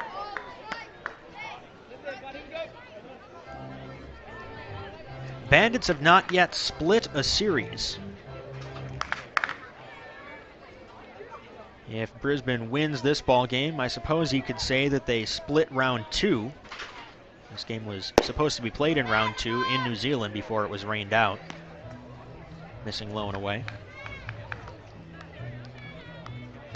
But I'm going to count this as a 5-game series because that's what it feels like. Well, I think we have to, and really plays to Brisbane's advantage. They didn't have any luck in Auckland in a very, very tough series. I know the schedule was demanding for the athletes. They were up early, different conditions, and with the 2-hour time difference, I think it played a factor. But now they're back in sunny Queensland, back on their turf, so I think it actually worked out to Bandits' favor at this time of the year.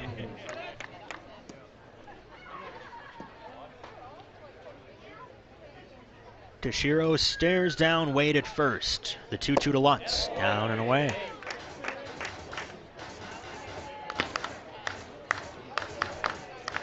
I was just looking at, you mentioned earlier in the piece, the Hall of Fame, so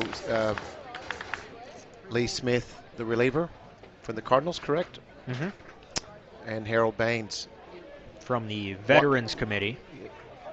And the baseball writers will announce their selections in mid-January, I believe. Wade almost picked off first. He didn't slide in, and he took a hard step towards second before retreating.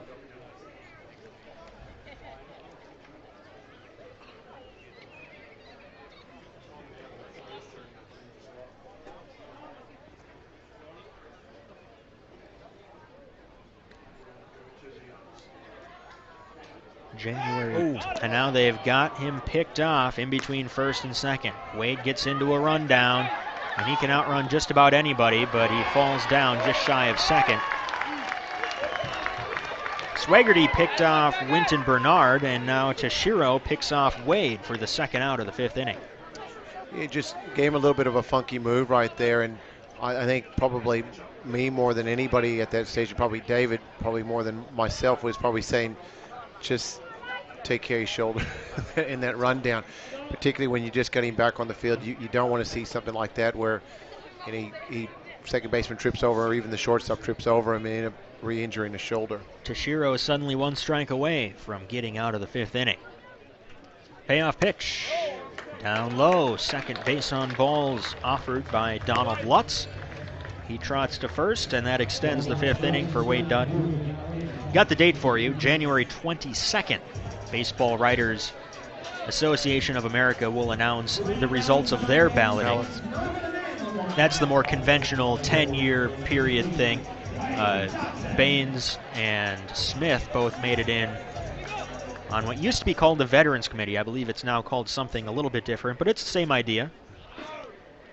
Players, executives, media who have tenure in the game, many of whom are in the Hall of Fame themselves, get into a smoke-filled room and decide which of their buddies gets in. That's the way it used to be, at least.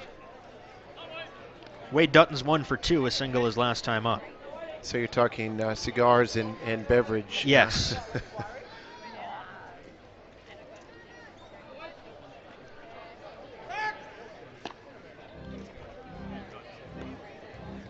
Harold Baines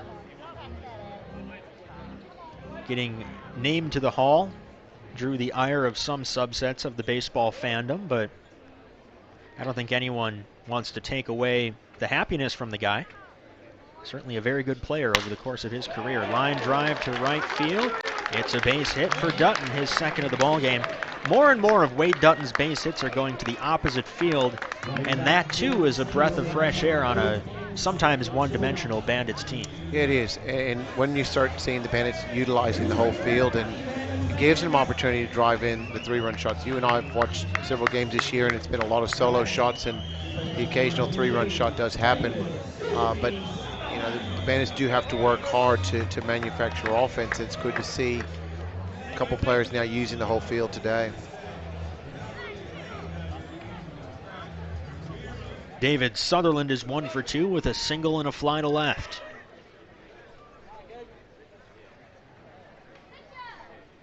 Another lefty-lefty matchup here for Toshiro, and the first pitch hits the corner, a called strike. Donald Lutz at second doesn't have great speed, but he will be off on contact, as will Wade Dutton at first. Bandits ran into their second out on the base paths tonight, as Logan Wade was picked off and caught stealing earlier in the inning.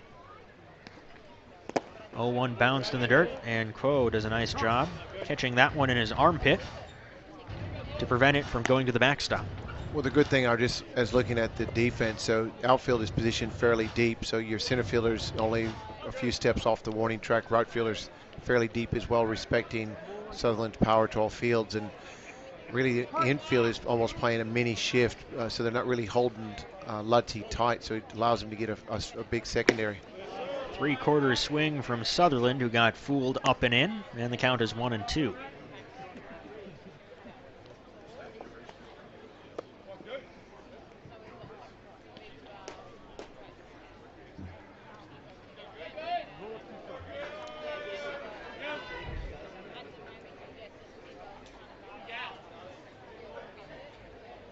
One-two coming to David Sutherland.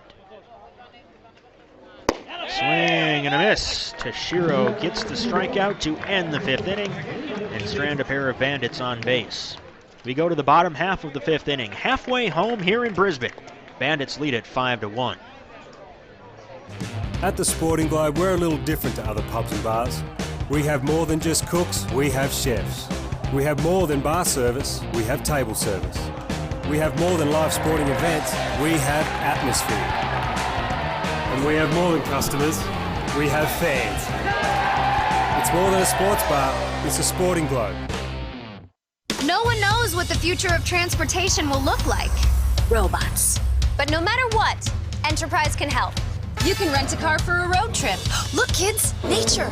Oh, wow.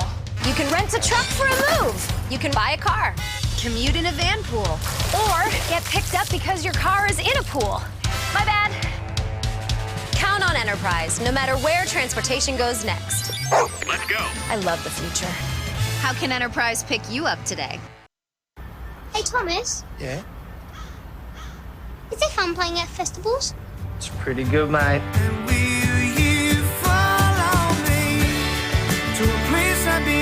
Get to see amazing places, meet new people. Everyone's just pumped to be there, and you get to do the sign-off.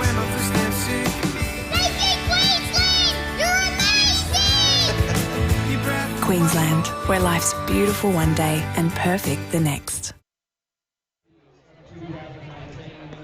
The Current Cove Brisbane Bandits lead the Auckland Tauatara 5-1 as we go to the bottom of the fifth inning at One Hub Stadium, powered by Optus.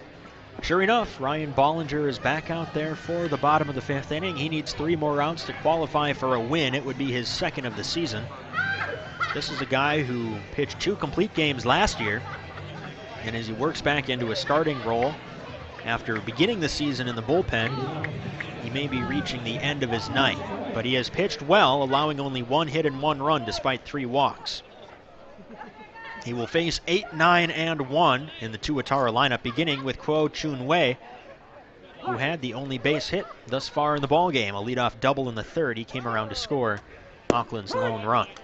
Called strike with a breaking pitch begins the second at bat for the Tauatara catcher.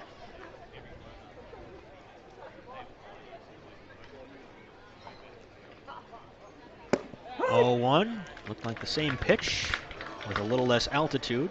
It's the same result, a strike, and it's 0-2. Kuo, the family name. Chun Wei, the individual name. Family name goes first in most Asian languages. Now 1-2 the count. Ryan Searle is not throwing, but he is jogging. Looks like he'll be the next man up for the Bandits. 1-2, just misses the inside corner. Gotta say, I like the Tauatara color scheme. It's unique. And in a league full of reds and blues, it's good to be unique once in a while.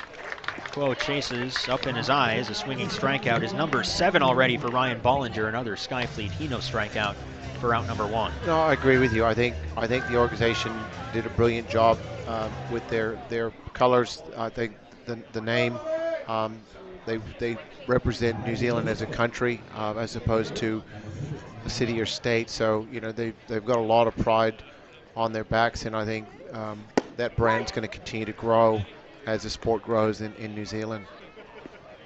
Called strike begins the second at bat for Zach Clark. Clark flew out to deep right field his first time up.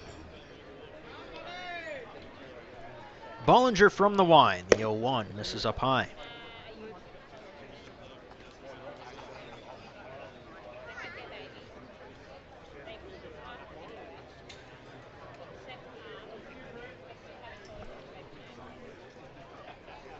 One misses down and in, 2-1. The Bandits are not guaranteed a home playoff game this year. If they finish seeds 1 or 2 at the end of the season, they will be. The semifinal round will be hosted entirely by the top seed. 3-1 now, with Eric Jenkins, the leadoff man, due up on deck. 4 seed will host the 5 seed in the wild card game. Called strike, and the at-bat continues.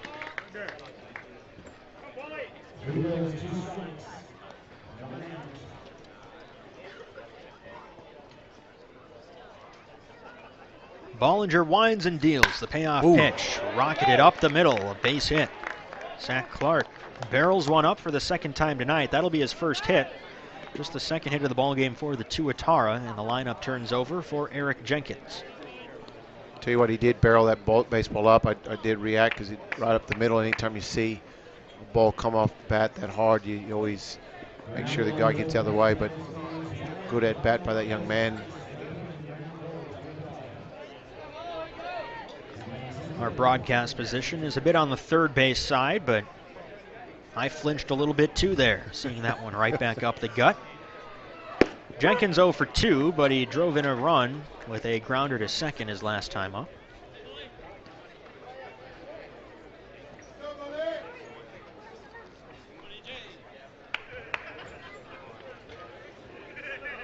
The 0-1, fouled at the plate.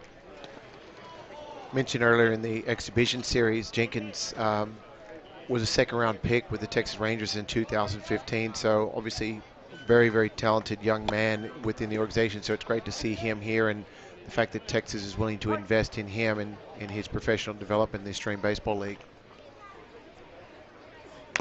0-2, Jenkins just gets a piece.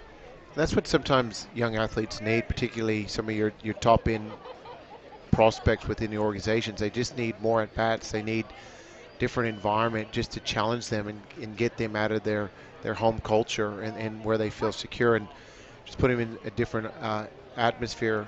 And I think, he'll go back and he'll be wiser in his baseball career, and obviously get a chance to face a pitcher like Bollinger. He'll probably go back into A-ball with a chance to see if he can make a Double-A ball club. 8th Skyfleet Hino strikeout for Ryan Bollinger. He needs one more out to pick up the win, but it looks like this will be the end of the line for him, with Jenkins, the lefty, retired and a couple righties due up. If this is it for Bollinger, it's been another good game. Still no move, but Ryan Searle is coming in. Now this is curious. Did you see a move? I didn't at this stage. He just gave up the rock there. So bit of a discussion there. I did see it, but I get a chance to see it because Ryan Bollinger, fantastic job, and he'll be replaced by Ryan Searle. Try to see if he can help close this game out. Searle makes his first home appearance in more than a month. He has a chance to vulture a win from Ryan Bollinger with the Bandits leading 5-1. Back after this Alderley Hire pitching change on Bandits.tv.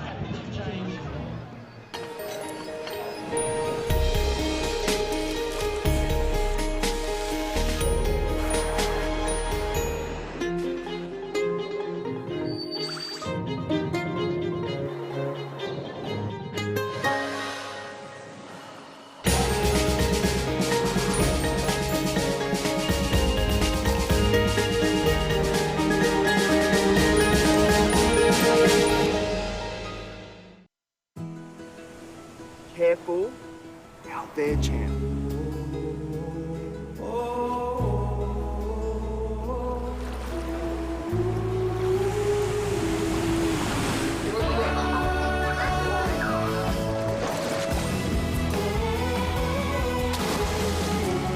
How good is this?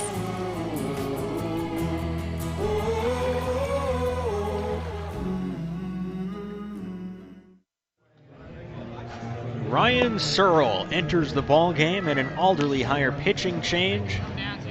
Searle relieves Ryan Bollinger, who departs after 4 2/3 innings of 2-hit, 1-run ball. He walked 3 and struck out 8. Bollinger will not get a chance for the win, and Searle, if he pitches effectively enough, could, in the eyes of the official scorer, pick up the win in tonight's game. That would be his first win of the year. He's 0-1 with a 7.7 ERA. He began the year in the rotation. In fact, in round 2 in Auckland, he was in the rotation, and he made the start against these Tauatara, allowing 4 runs, 3 earned in 5 innings. He was off the roster for exactly a month. No appearances between the 30th of November and the 30th of December. He pitched 1 inning in Sydney, allowing a run on 2 hits. And he will face Taylor Snyder, who has struck out twice in his 2 trips to the plate. Searle, an ABL veteran, the modern saves leader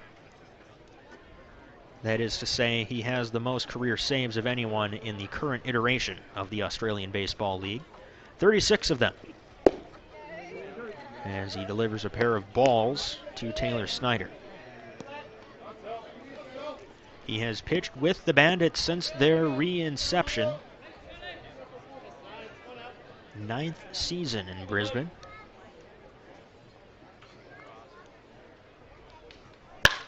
.2-0 sent in the air to center field. Campbell has it measured and he makes the catch for the third out. Ryan Searle gets the job done, retiring the final batter of the 5th inning, and we go to the 6th here in Brisbane. Bandits lead it 5-1. At the Sporting Globe, we're a little different to other pubs and bars. We have more than just cooks, we have chefs. We have more than bar service, we have table service. We have more than live sporting events, we have atmosphere. And we have more than customers, we have fans. It's more than a sports bar, it's a Sporting Globe. No one knows what the future of transportation will look like. Robots. But no matter what, Enterprise can help. You can rent a car for a road trip. Look, kids, nature. Oh, wow. You can rent a truck for a move. You can buy a car, commute in a van pool, or get picked up because your car is in a pool. My bad. Count on Enterprise, no matter where transportation goes next. Let's go. I love the future. How can Enterprise pick you up today? Hey, Thomas. Yeah? Is it fun playing at festivals? It's pretty good, mate.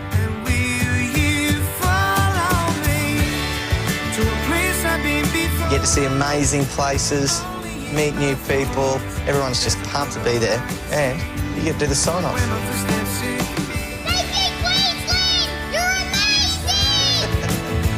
Queensland, where life's beautiful one day and perfect the next.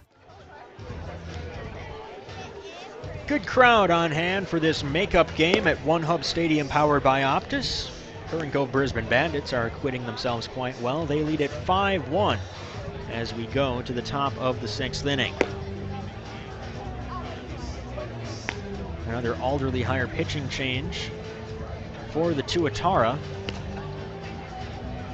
It's Chen Yu Xuan.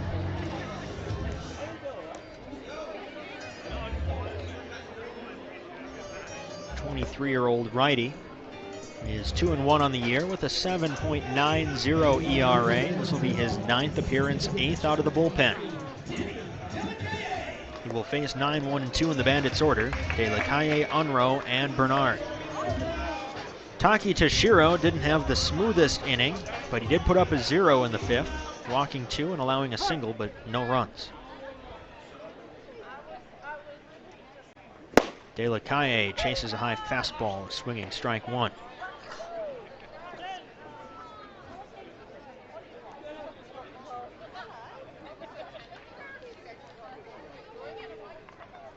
De La Calle 0 for 2 at the plate tonight. He takes up high.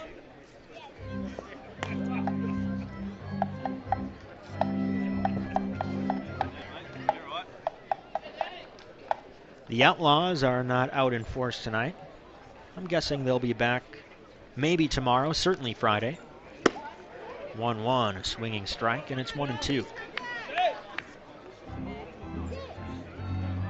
Bandits known for their loud and creative cheering section. On the road in Sydney, we saw some rambunctious fans. 1-2 fouled at the plate.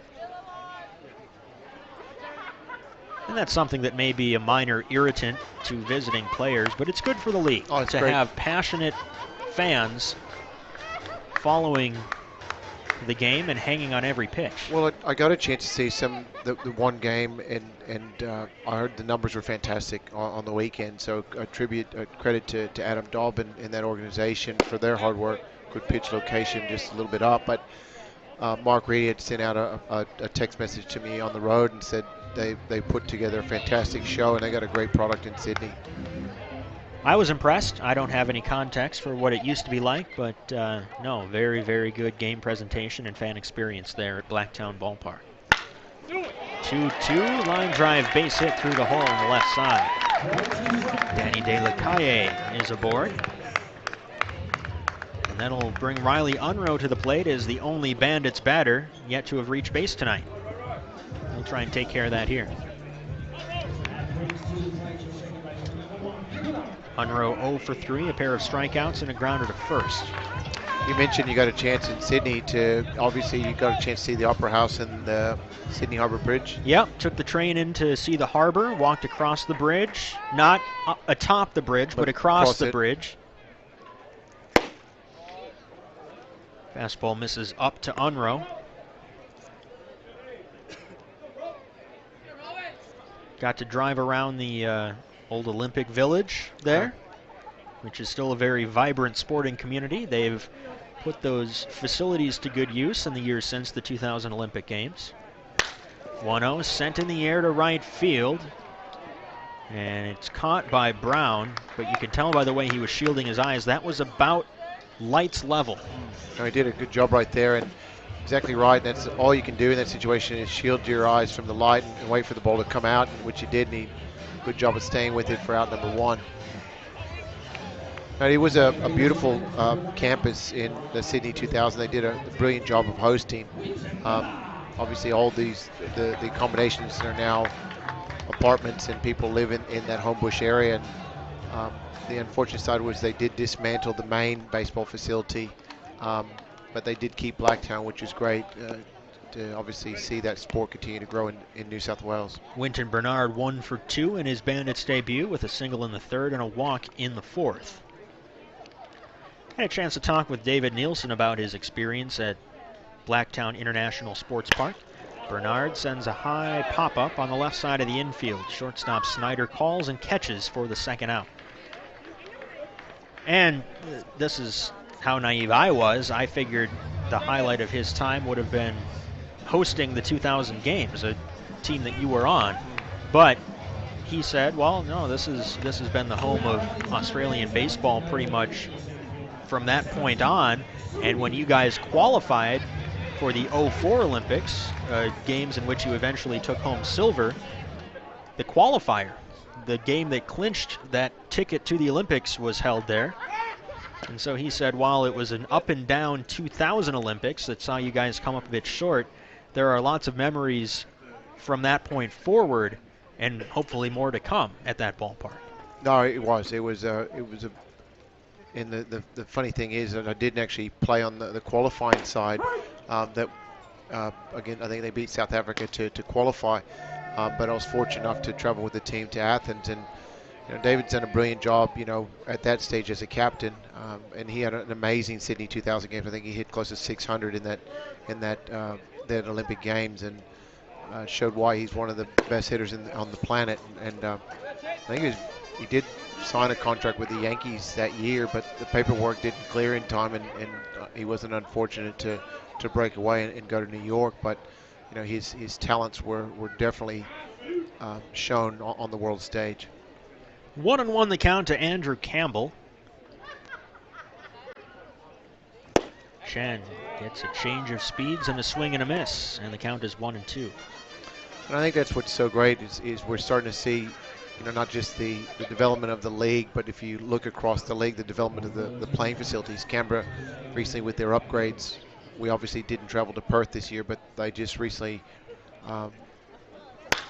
1-2 cracked in the air down the left field line, turning foul and out of play. With the recipients of the $6 million investment there in Perth, and another great facility. And we may be Perth bound in the postseason. You never know. Absolutely. And I know they do a fantastic job of hosting, and they're always a tough side to beat at home. Chen from the stretch. The 1-2. Missing inside. But there's been and that's a big win for the sport, is when you look at the apex, and probably one of the biggest setbacks in the early stages of the league was that facilities were still in early development. When you're trying to establish your home and try to grow a league at the same time, we saw it happen in New Zealand this year. You actually start off behind the 8 ball. 2-2 bounce in the dirt, and Quo has done an outstanding job behind the plate. Wild pitch did make to the backstop, but that was about twice as tall as Quo was. On pitches in the dirt, he has gotten dirty and prevented his pitchers from allowing extra bases. But you look in Brisbane here and what's happened to this facility, and just what people need to understand. This is still it's a club facility. It's the home of the Windsor Royals, which is part of the Greater Brisbane League, but it's also used by every aspiring player in Brisbane and Queensland has the opportunity to play on this diamond, which is really special and unique for our athletes to compete on this diamond. And once again, we see the condition of head groundskeeper Cooper Thompson has done, and just it absolutely is in immaculate condition as well. Campbell coaxes a 2-out walk. That'll push De La Calle to second in scoring position. And TJ Bennett will bat. He's 1 for 3 with a single. As we talk about potential damage, opportunity for the Bandits, manufacture some offense. There is 2 outs, but they start bringing up the big boppers in the lineup with a chance to do more damage. First pitch to Bennett, misses upstairs, ball 1.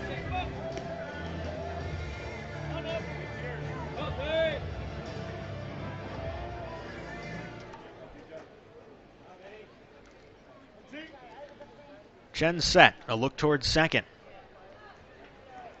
Pitch to Bennett, foul back to the screen.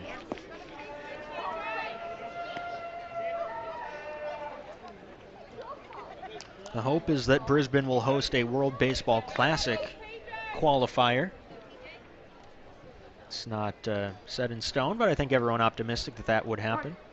Well, I think Brisbane has aspirations within sport. Ooh, check of De La Calle at second. There's reports in the paper, obviously, is bids for the Olympics to be held in Brisbane in 32, and I know John Coates, who's president of the AOC, who's 2IC, and with the IOC is extremely optimistic about Brisbane potentially hosting a game in 32. So still a lot of work to do to make that happen, but I know there's a lot of people that support it. Big swing and a miss from Bennett. It's 1-2. Brisbane, the 3rd largest city in Australia. Is that right? Sydney, Melbourne, and in Brisbane.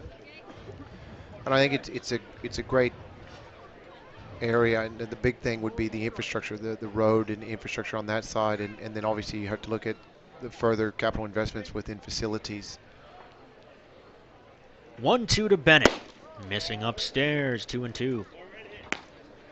Bandits scored their 5 runs on a pair of Logan Wade home runs. 3-run shot down the right field line in the first, 2-run jack to right center field in the third. 2-2 to TJ Bennett. Popped up, left side, infield and out of play.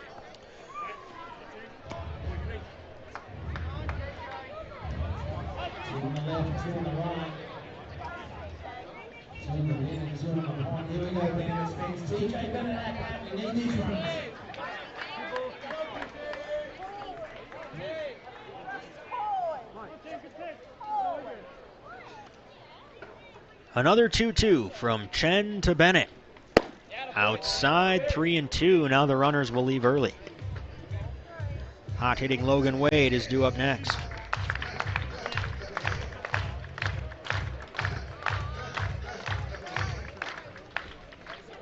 De La Calle at second, Campbell at first. The payoff pitch to Bennett. High fly ball, center field. Ballpark will hold it, and Jenkins in now back, staggers and makes the catch for the 3rd out. Bennett just got underneath it, and the Bandits, despite getting a pair of base runners, cannot score in the 6th inning. We go to the bottom half of the 6th. Brisbane still on top, 5-1.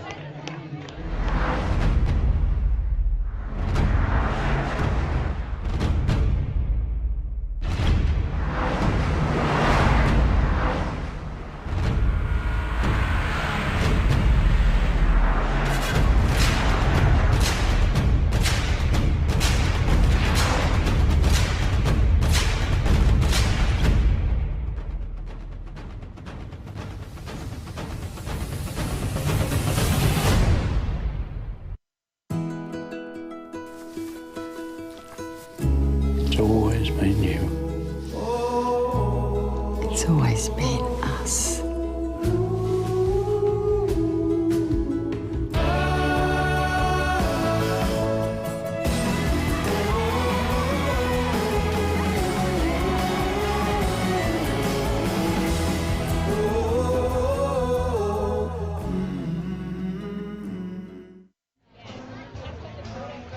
Ryan Searle got the final out of the 5th inning, and he is back out there for the 6th. The righty has a 4-run lead to protect, with Brisbane on top 5-1.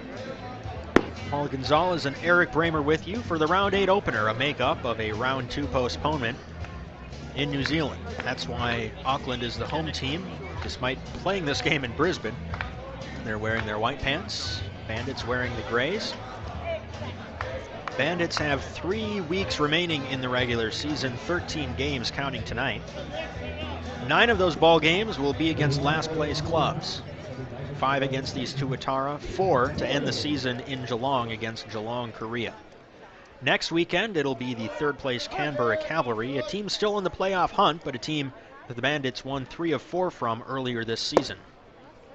Pitch misses low, ball 1 to Nick Tanielu. 0 for 2 with a fly out to left and a strikeout looking. We are the only game in action tonight in the ABL. Wednesday is typically an off night.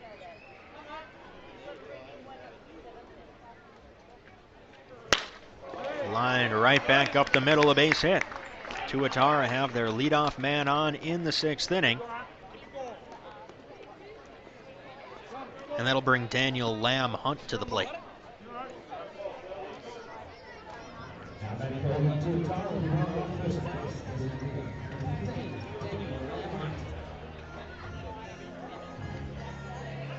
Alluded to it when Searle came in, but for anyone not intimately familiar with the rules of baseball official scoring, a starting pitcher, though he may leave with the lead, cannot qualify for a win unless he completes 5 innings.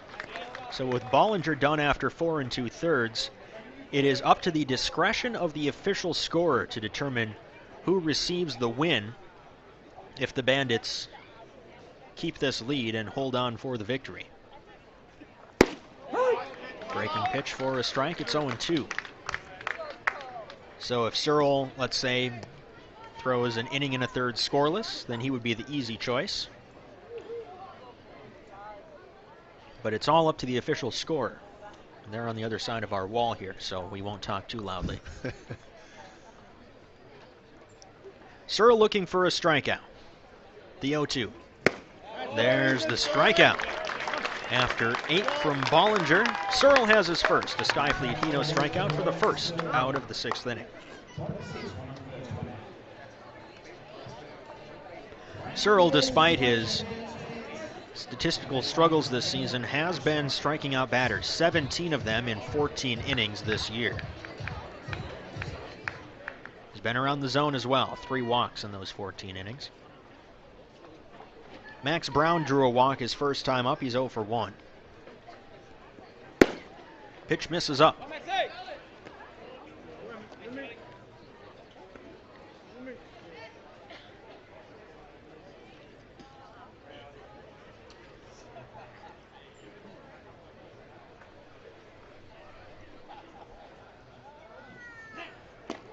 Pickoff move from Searle. Thrown out in time as Tanielu dives in safely.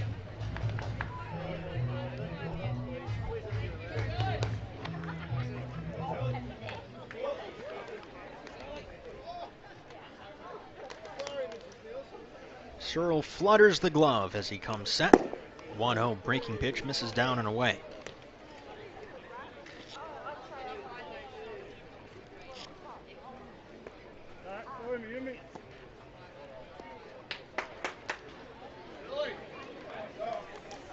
Bandits trying to bounce back after losing 3 of 4 last weekend in Sydney. 2-0 down and in, 3-0 with Chris Richards on deck. And the Blue Sox are statistically far and away the best team in the league this year. They're 4.5 games better than the Bandits with a 20-8 overall record. Sydney did lose 3 of 4 here in Brisbane back in round 3. you never know what might happen, especially getting into a short playoff series. Green light from Brown on 3-0. Man, that's not the type of pitch you'd like to see a hitter swing at on 3-0, but he fouls it off and he gets another chance. No, you don't. Particularly, I agree with you. 3-0, you want to see someone hit something about 600 feet foul down the left field line. Just got him to roll on it. So see if he has an opportunity, see if he can throw him something soft and down in the zone and see if he can induce the ground ball and get himself out of the inning.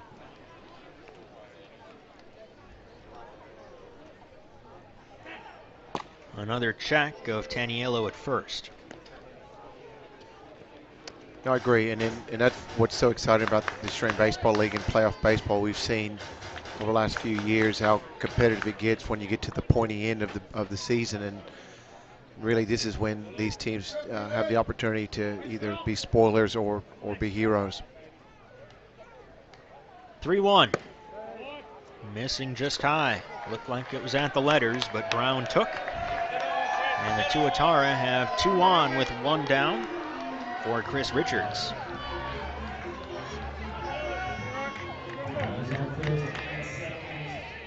Richards has struck out twice, despite the cheering gallery that he brought with him. Chance here to single-handedly bring the Tauatara back in this ball game.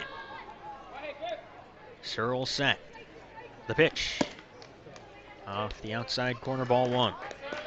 You can see his body language right there. He wants the pitch, and obviously just on the outer half, and he hasn't really been given much off the outer half, so he's got to try to stay focused on this tough at batter right now.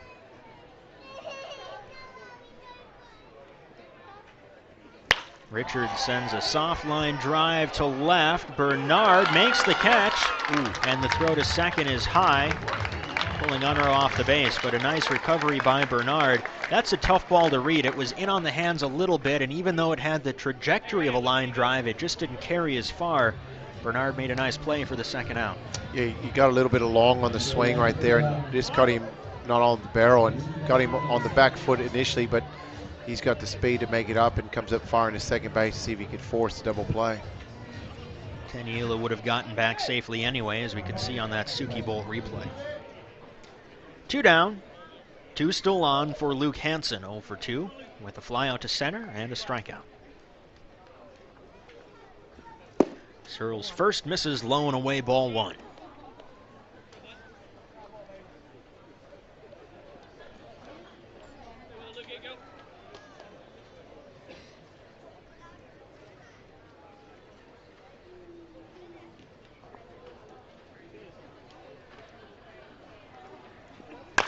Searle delivers and gets a comebacker, waiting for the one-hopper off the mound. He flips onto first, and Ryan Searle has gotten 4 outs.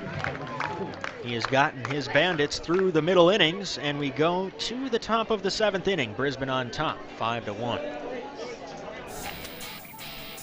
Great job, Chef. Thanks. Who wants a drink?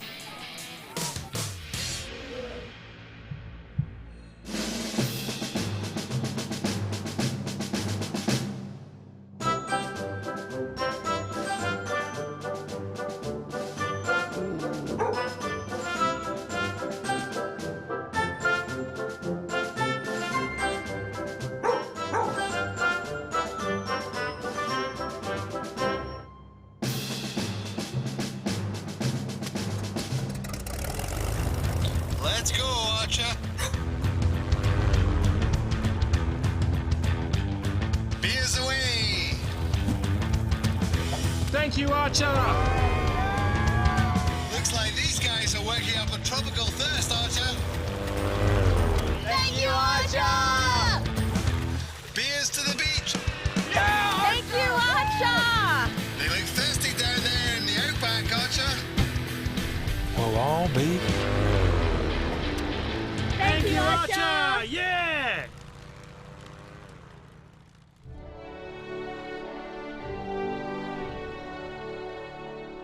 Good boy, Archer.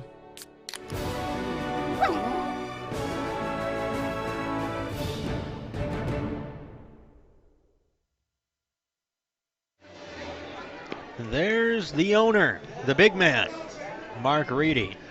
He says go Bandits, and we say the same. Brisbane on top 5-1 over the Auckland Tauatara, going to the top of the 7th inning at One Hub Stadium, powered by Optus. Chen Yu Xuan is back out there for the Tuatara. He allowed a leadoff single and then a walk in the 6th inning, but did not allow a run. He will face 5, 6, and 7 in the Bandits lineup, beginning with the hot-hitting Logan Wade. Wade turned around batting lefty again. His homers came as a left-handed batter. He drew a walk in the 5th as a righty.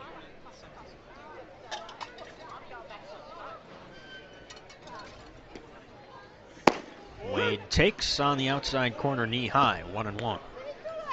Like you mentioned earlier, Logan hitting .421 tonight. Another big game at 2 for 2 with 2 home runs and 5 RBIs, and seems to be the pitch right there. 1-2.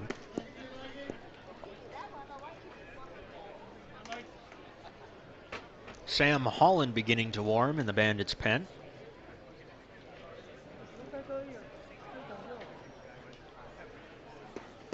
Wade takes low, 2-2. Wade, Lutz, and Dutton due up for the Bandits, trying to extend their 5-1 lead. Tuatara, the home team tonight, making up a round 2 postponement. Wade swings and misses. He's down on strikes, and he is retired for the first time tonight. Out number 1 here in the 7th inning for Chen. Good pitch right there. A lot of late action on that pitch. If we get a chance to see the replay, see that ball run down and away from a good hard 2-seamer, and good action from that young right-handed pitcher. Donald Lutz doesn't have a hit tonight, but he's been on twice, 0 for 1 with a pair of walks.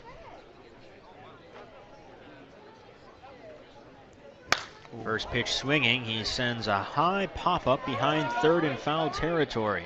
Over with room is Hansen, but he overruns it. It pops off the edge of his glove and falls. New life for Donald Lutz. It's a tricky corner right there, particularly for the third baseman, because the way it's been designed, it's a little corporate area, so it kind of, there's a V section in there, and ran it down. It found the warning track, but unable to come up with it, and gives Lutzy new life. Lutz went 0 for 5 in the Sunday finale in Sydney with 5 outs made in the air on the left side of the field. A couple infield pop-ups and swings a little bit out of whack. But one good swing could fix that immediately. If anyone can do it, it's Donald Lutz. 1-1. Pulls this one on the ground towards first. Fielding is Richards. He takes it himself for the second out.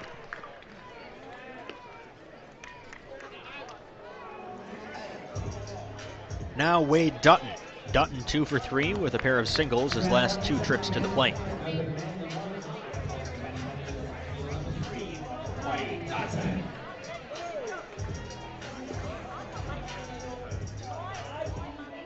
Dutton has the batting average up to .274.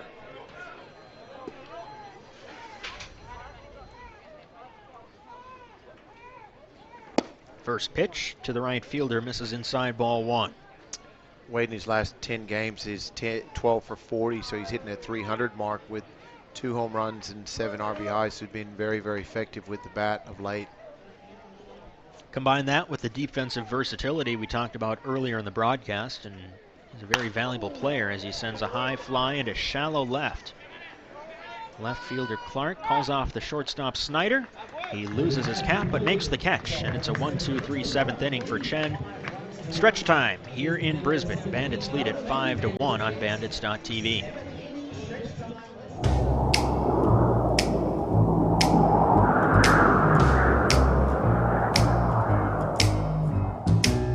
Can't you see my heart is lost without you? And your kisses make me love you more. And your kisses make me love you more. Can't you hear the sound of love and desire? Kiss me, baby, touch me. Kiss me, baby, love me.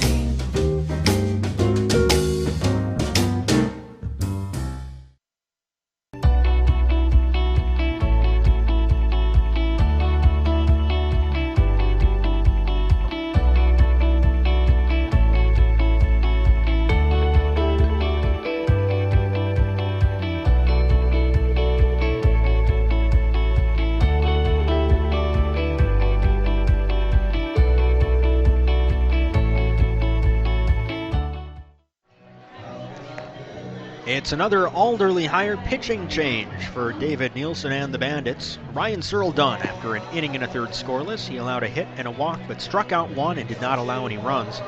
Sam Holland comes on, the 24-year-old righty out of Brisbane. Has no wins, no losses, an ERA of 4.66 on the year.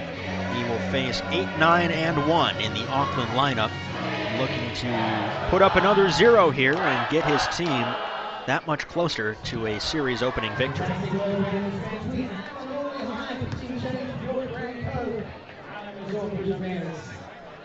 Kuo Chun Wei will lead things off. He has one of the 3 base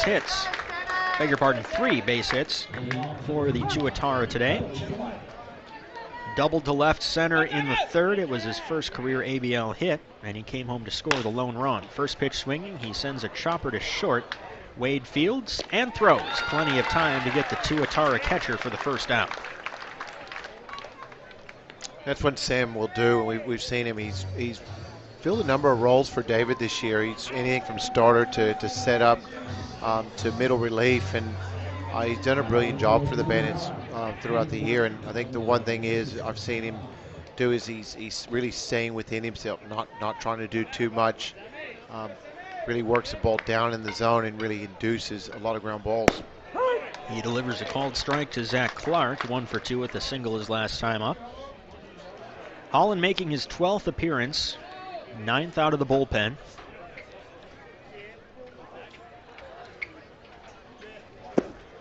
He delivers low, 1-1 the count.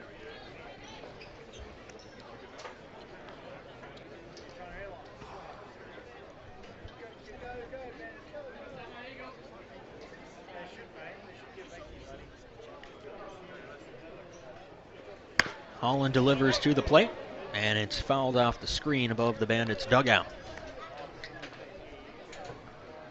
5 runs on 9 hits for the Bandits, 1 run on 3 hits for the Tauatara. Brisbane, with a win tonight, would pull even with Melbourne for the 3rd seed in the Australian Baseball League. Got to give them a 16-12 mark, and they have the tiebreaker head-to-head over the Aces after taking 3 of 4 from them 2 weeks ago. 2-2 now the count.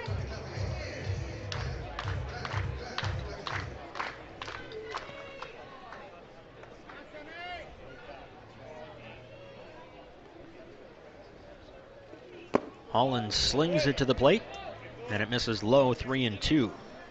Eric Jenkins, the leadoff man, waits on deck.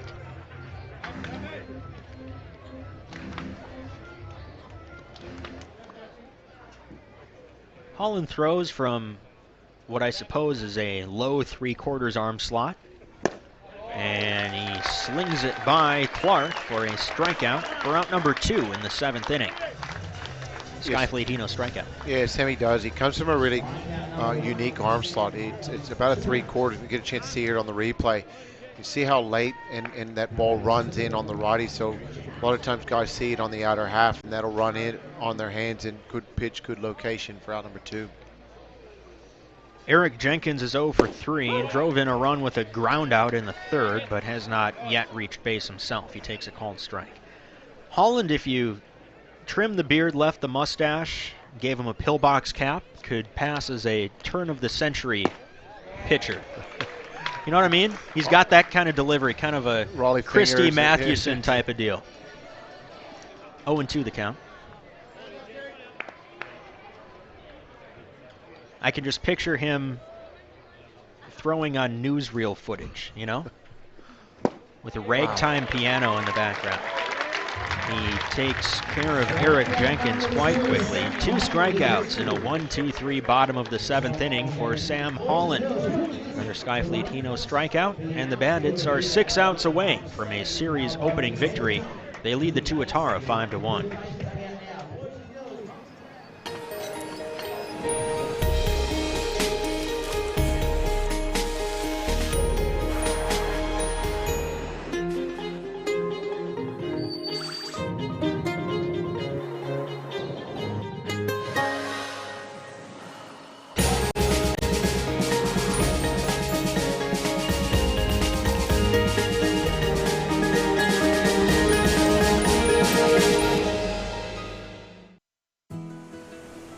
Careful, out there, champ.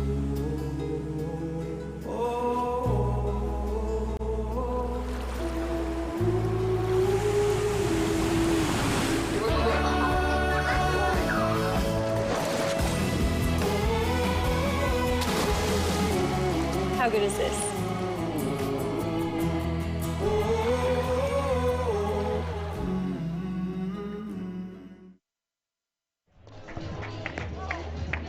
The current go Brisbane Bandits lead the Auckland Tauatara 5-1 as we go to the top of the 8th inning. New pitcher in the ball game for the Tauatara in an Alderley higher pitching change.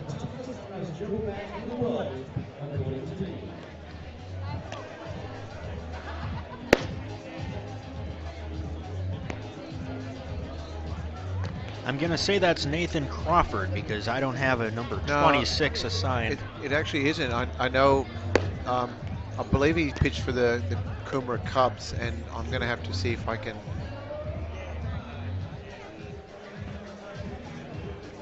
On Auckland's official roster, there is nobody listed as number 26. I've got Ben Runyon. Ben Runyon.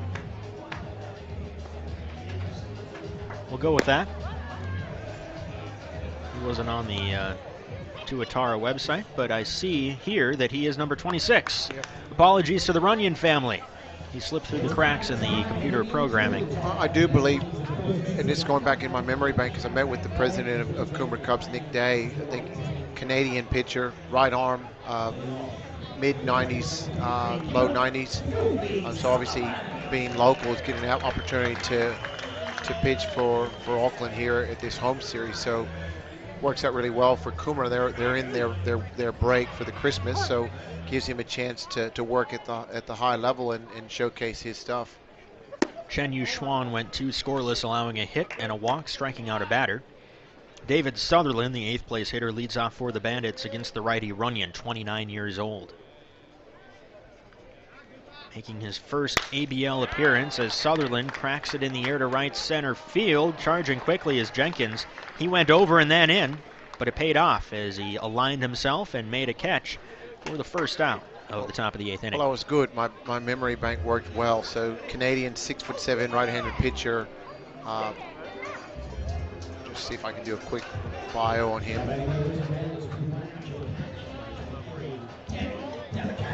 Danny De La Calle stands in. He's 1 for 3 with a single his last time up. So he sits about 201, 99 kilograms, and get an opportunity to roll it over for Auckland this year. Runyon out of Lander University in Greenwood, South Carolina.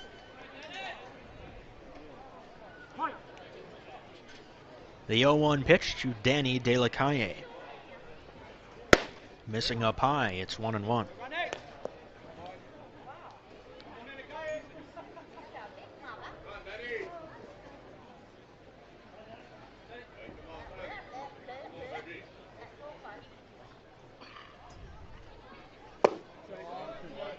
Two and 1 the count to the Bandits' 9th place hitter. Nobody from Lander University in Baseball Reference has made it to the bigs. Highest draft pick was Mason McCullough, 5th rounder in 2014.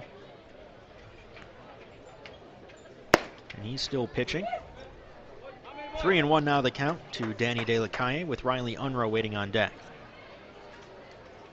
Saw McCullough with the Jackson Generals last year.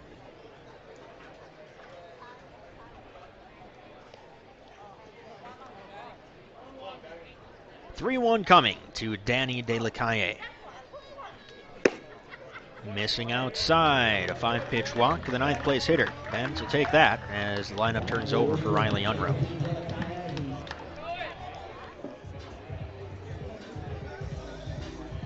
Bandits 5 runs on 9 hits. Auckland 1 run on 3 hits. Ryan Bollinger started this game for Brisbane, going 4 2/3, allowing 1 run on 2 hits and striking out an impressive 8 batters. Ryan Searle delivered an inning and a third scoreless since then, and Sam Holland just recently pitched a 1-2-3 7th inning. Unruh squares to bunt, pulls back, and takes a strike anyway. It's 0-1. Unruh, the only offer on the lineup, he's 0 for 4. Yeah, and I like that right there. Just showed bunt, and obviously not happy with the location, but but I like that. And that's what makes him such a toolsy player. He can show bunt and potentially open up some holes in the infield. 0-1 misses upstairs. Bandits are scheduled to send Coco Lynn to the mound tomorrow night. Game 2 of this 5-game set against the Tauatara. 6 o'clock first pitch here at One Hub Stadium, powered by Optus, another Bandits.TV web stream. 2-1 now the count to Riley Unruh.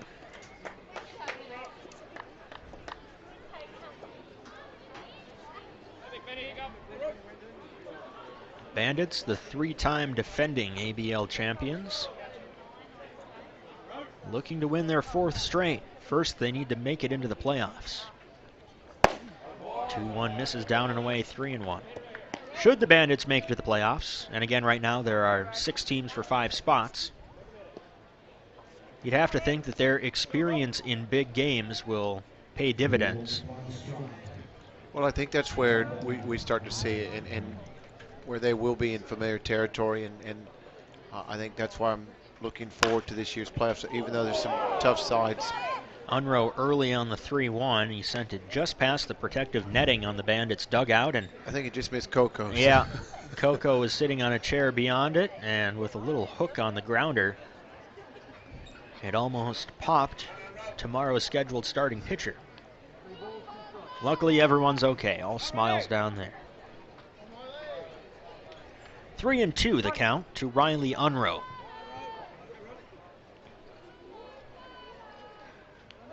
Runner goes, Runyon delivers, and it's low and away, ball 4. Back-to-back walks for the Bandits. As they look to extend their 5-1 lead, they've got Winton Bernard, the new Bandit, stepping to the plate.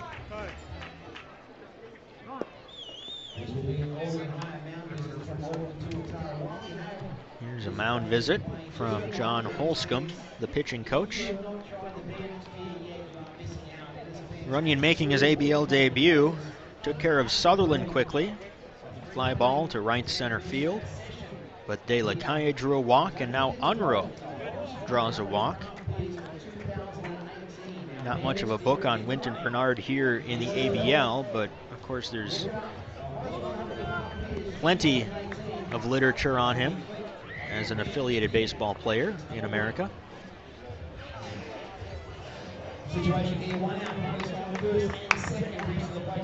For Bernard, a base hit to the outfield may give him his first run batted in the Australian Baseball League. Takes a breaking pitch on the outside corner, a cold strike. Bernard tonight, 1 for 3 with a single and a walk. He takes up and away.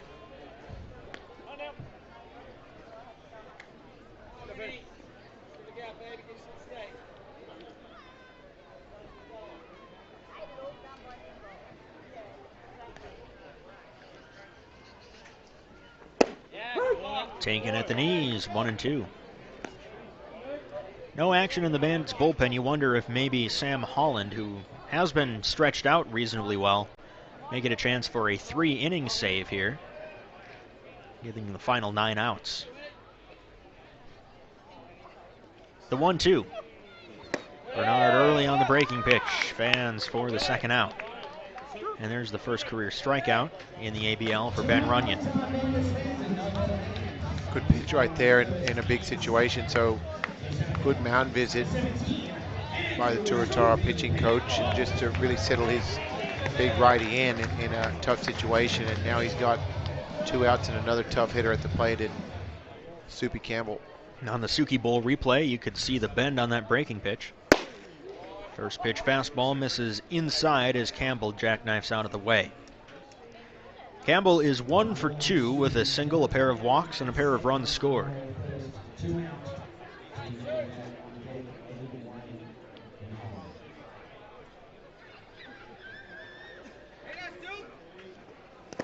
Bounced in the dirt.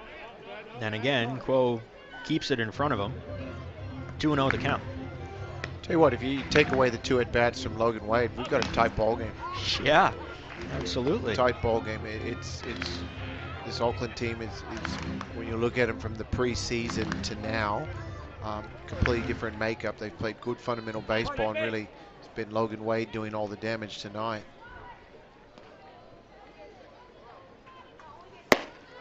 High and tight, 3-0 with TJ Bennett on deck. Bandits have out-hit the Tauatara 9-3.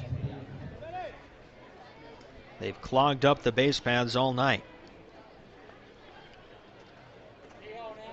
The 7th inning, moments ago, was the first 1-2-3 inning for the Tauatara pitching staff. Here's a line drive into right center field. It's a base hit. Coming home from second is De La Calle. Checking in at third is Unruh. A 2-out RBI single from Andrew Campbell extends the Bandits' lead to 6-1. Good job of hitting by Campbell right there. He got a pitch up in the strike zone, and they gave him the green. I believe it was a 3-0 count, and they green lighted him, and he shoots the ball into the gap for a big 2-out RBI, and now that makes the score 6-1 here in the 8th.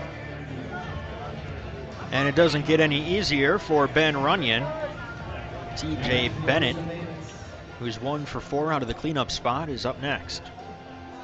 Just watching his at-bat. Last at-bat he got himself in a 3-2 hitting count and just missed it. See if he can just load a little bit earlier and see if he can square something up tonight.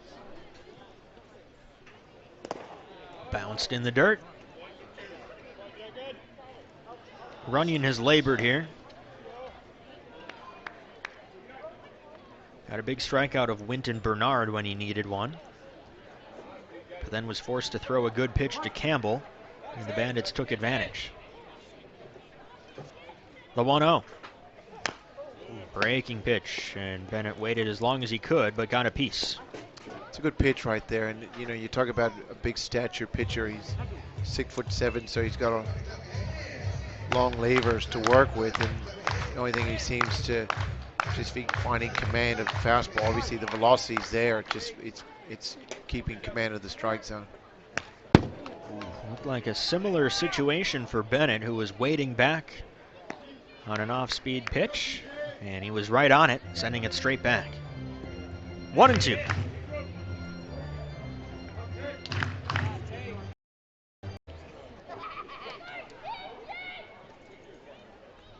Runyon set. The pitch. Bennett hits a hard grounder through the hole on the right side. Oh, it'll score Unruh, and it's bobbled in right by Brown. But Campbell will be content at second base. Back-to-back 2-out singles from the Bandits have brought in a pair. This one from TJ Bennett, and it's now 7-1 Brisbane. Yeah, really good job of hitting by TJ right there. He got 2 pitches up in the zone. He fouled off. Looks like they're going to make a pitching change, and like they might be going to a lefty and forcing Logan to switch to the other side. So that'll be a quick pitch outing for this young man, and good job of hitting by the Bandits here with 2 outs. Ben Runyon done after 2/3 of an inning. 2 hits, 2 walks, so far 2 runs, and we'll have more on the new Auckland pitcher when we come back on Bandits.tv.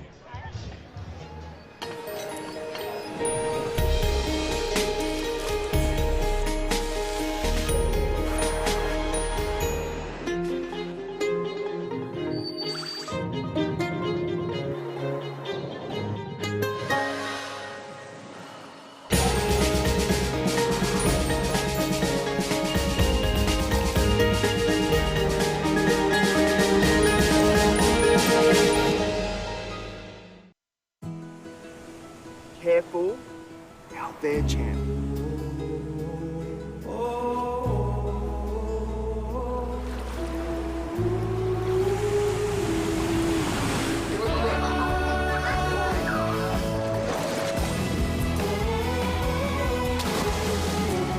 How good is this?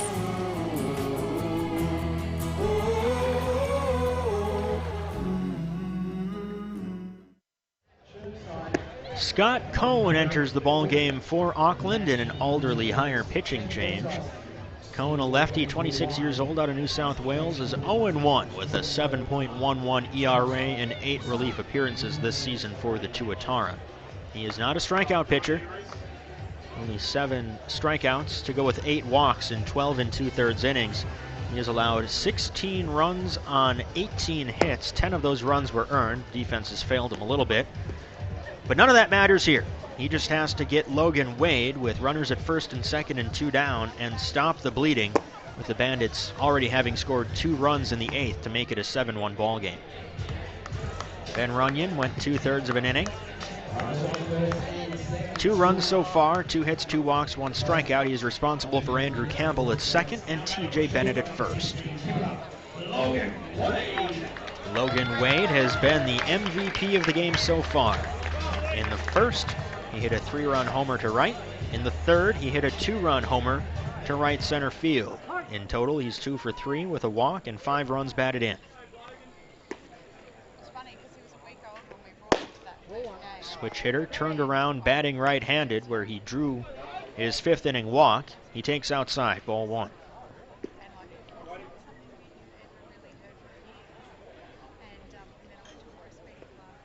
Breaking pitch misses outside, 2-0.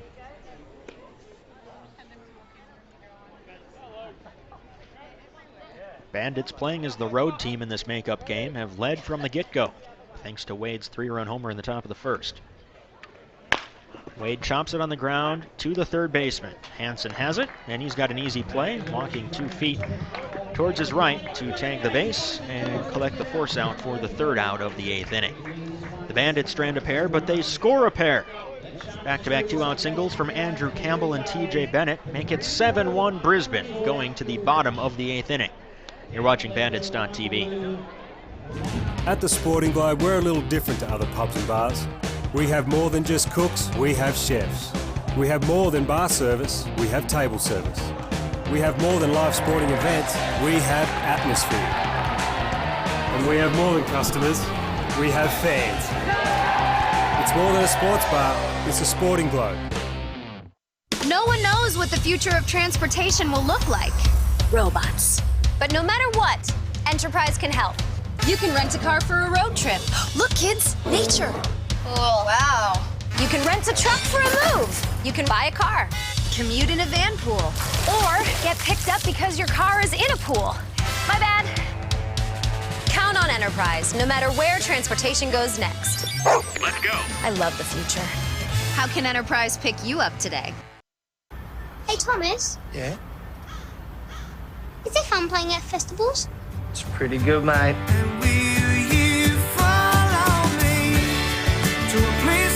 You get to see amazing places, meet new people. Everyone's just pumped to be there, and you get to do the sign-off.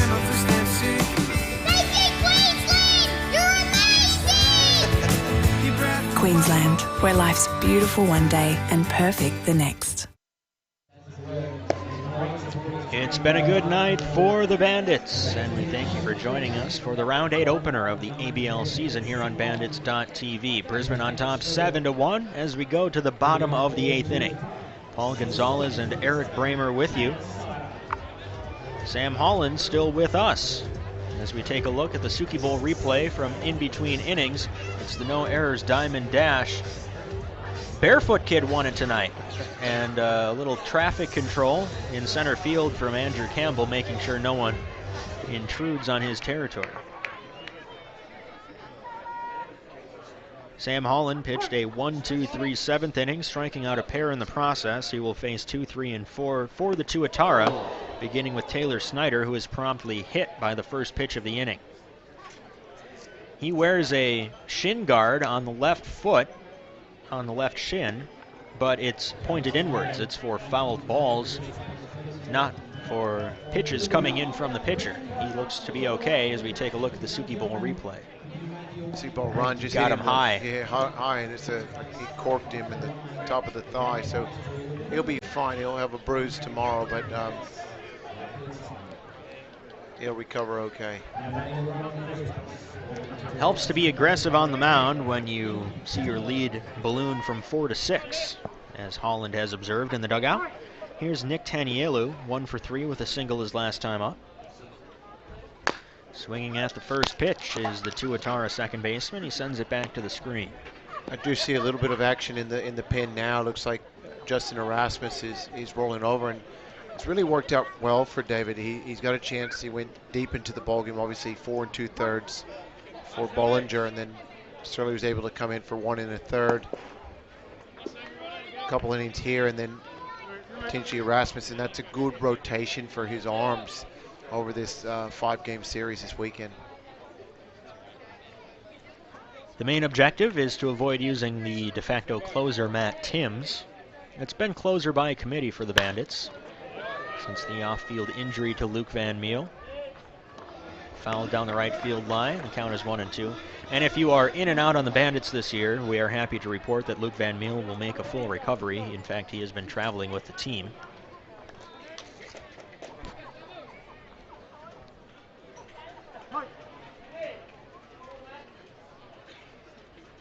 Holland set. The 1-2. Tanielu stays alive. But Van Meel was supposed to be the closer entering this season. He was going to take over for Ryan Searle, who is moving to the starting rotation. With Van Meel's injury, Searle was not performing to the level that he or the team would have liked in the opening weeks. Matt Timms has taken over. We saw Ryan Bollinger get a couple 9th innings there. If that's one thing that could be clarifying for this team in the final 3 weeks of the season, they would love to have a back end of the bullpen routine to develop. And that's probably the strength of the last 3 years has been the way David was able to set up the back end of his pitching rotation, particularly getting to your closer and knowing you could close the ball game out in a 1 or 2 run lead. So I don't believe that Tanielu made contact at that pitch. With a runner at first, he can't run to first, so it will be a strikeout and a wild pitch allowing Snyder to take second. High fastball that popped out of the glove of De La Calle, went to the backstop, and it is a unconventional, we'll call it, Skyfleet Hino strikeout. Yeah, I don't know, it maybe just rose on him or the bat hit him in the arm on the swing itself and maybe forced the ball loose. Seems to be hanging in there. Seems to be okay, so that'll be first out of the inning, be a strikeout. Obviously, runners advances to second base on the ball getting past De La Calle. I'll mark it down as a wild pitch, but it may go as a passed ball. Daniel Lamb Hunt has walked a pair of times and struck out. He's yet to put the ball in play.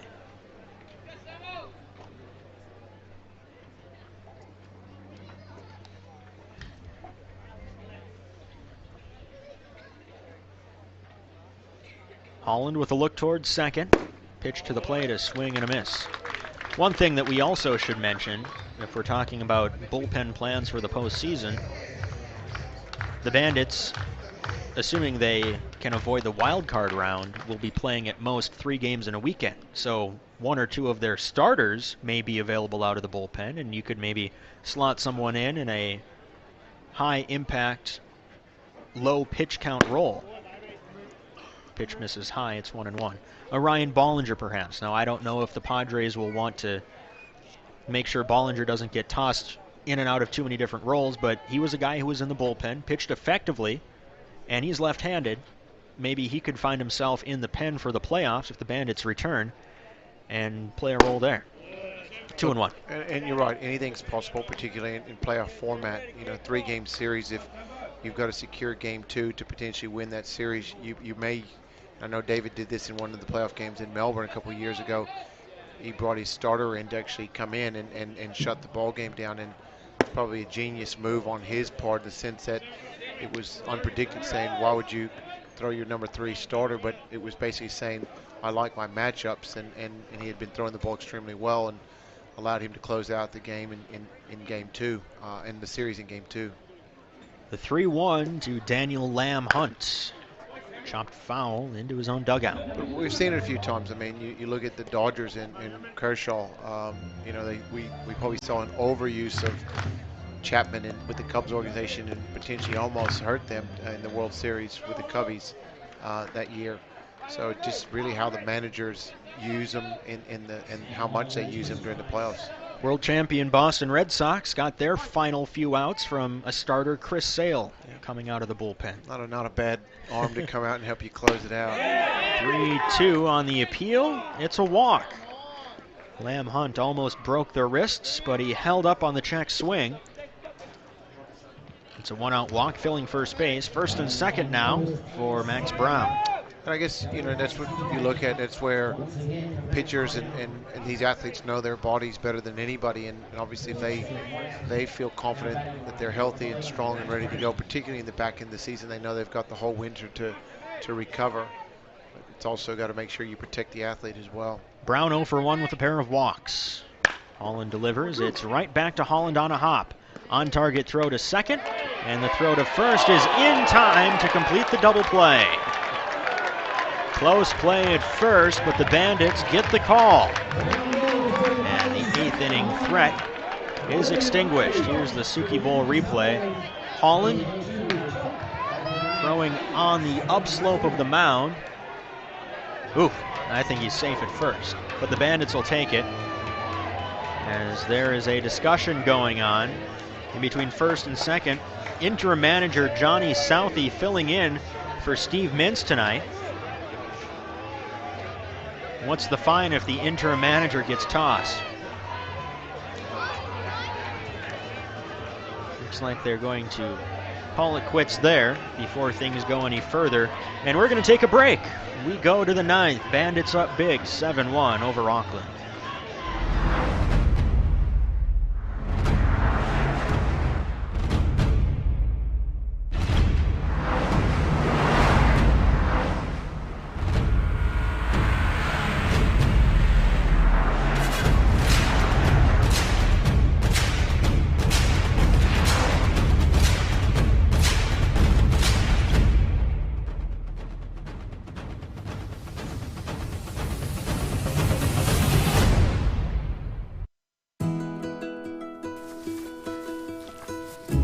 It's always been you.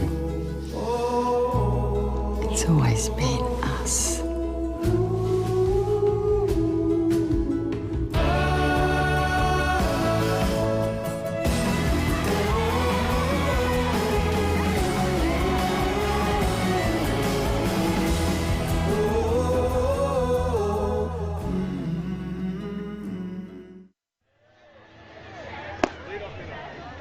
There's Johnny Southey, interim manager for the Auckland Tauatara.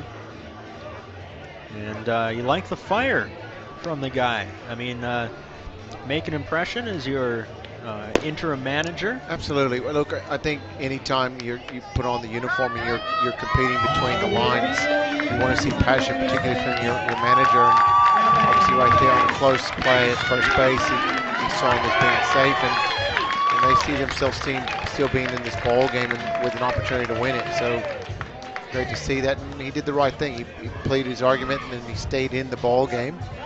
That's what you need a good manager to do. And I think he was right ultimately. Yeah, look, you'll go back and watch the replay on that one, and you know, it is tough. To the umpire's credit, the game moves a lot quicker than it does up here. For us, we've got the privilege of instant replay.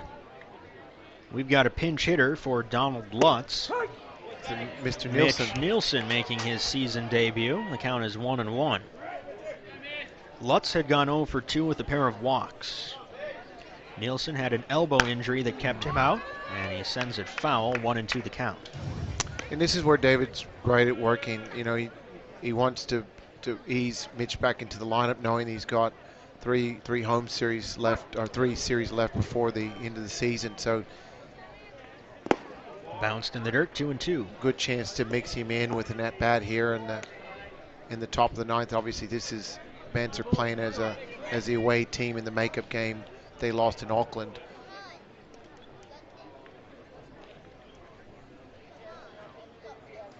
Scott Cohn delivers, down and in, and the count runs full. Cohn was ahead 0-2. Now Nielsen is a pitch away from drawing a leadoff walk. He'll be followed by Wade Dutton and David Sutherland in the Bandits lineup. 3-2 misses low. Nice at bat for Mitch Nielsen. He has Russ to shake off. It won't happen in that at bat. He trots down with a leadoff free pass. Well, you look at the addition, so you got the acquisition of Logan back in the lineup, then Mitch Nielsen back in the lineup. So there's a couple of impact bats now, and you got Winton, and you've got this man who's swinging a hot bat. Dutton swings the first pitch, sending a high fly ball routine to right. Brown in, makes the catch for the first out. All of a sudden, you've got three guys in the lineup that could potentially all of a sudden spark this offense and get it back on track. TJ swung the bat extremely well this year, and he's been really consistent. If Lutzy can hit to his ability, there's another pinch hitter is at bat.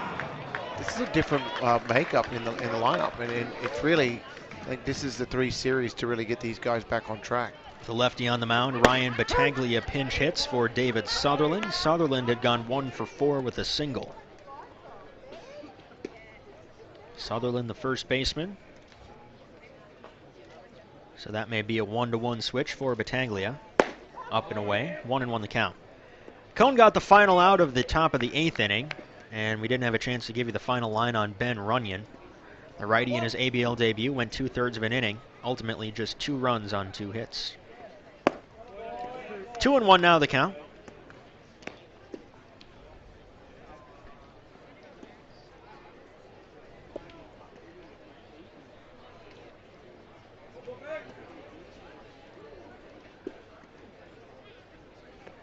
The pitch, Battaglia with a deep drive to left field, gone.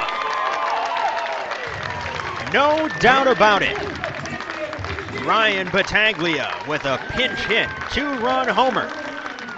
And the Bandits lead it 9-1. Third of the year for Booth. And the Booth is on fire.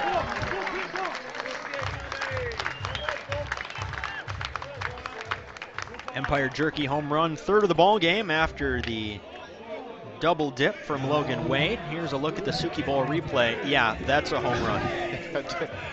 He got a pitch up in the zone, and Booth doesn't miss pitches up in the zone. He absolutely crushes that ball in the left center. Now makes it 9-1, and we talked about it earlier in the piece. You know, the way the back end of this season finishes out for the Bandits, and it really gives you an opportunity for these guys to really find themselves, but you know, in this playoff push. But you know, not a lot of pressure as far as what they can do offensively with the addition of Logan Wade, Winton, and obviously Mitch Nielsen coming back into the lineup. So you got 4 or 5 people that can help this offense take off. De La Calle spins out of the batter's box and a pop-up to short. He's out number 2. And that turns the lineup over for Riley Unruh. Anytime your leadoff man gets 6 plate appearances, it's a good night for the offense. Unruh is 0 for 4, but he drew a walk his last time up and came home on TJ Bennett's 2-out single. Hard line drive through the hole on the left side. Unruh has his first base hit, and the 9th inning will continue. And that's how quickly things turn around for an organization. You know, these series, you know, because they're 4-game series, and obviously this one's 5-game. You know, guys can get hot and then they go cold, and I think the long road stand and then coming back home, a lot of guys are happy to be back home, particularly in Brisbane. And I think they've got some momentum in their favor. Bernard 1 for 4 with a walk in his Bandits debut. He takes up and away ball 1. 9 runs now on 13 hits for the Bandits. 1 run on just 3 hits for the Tauatara.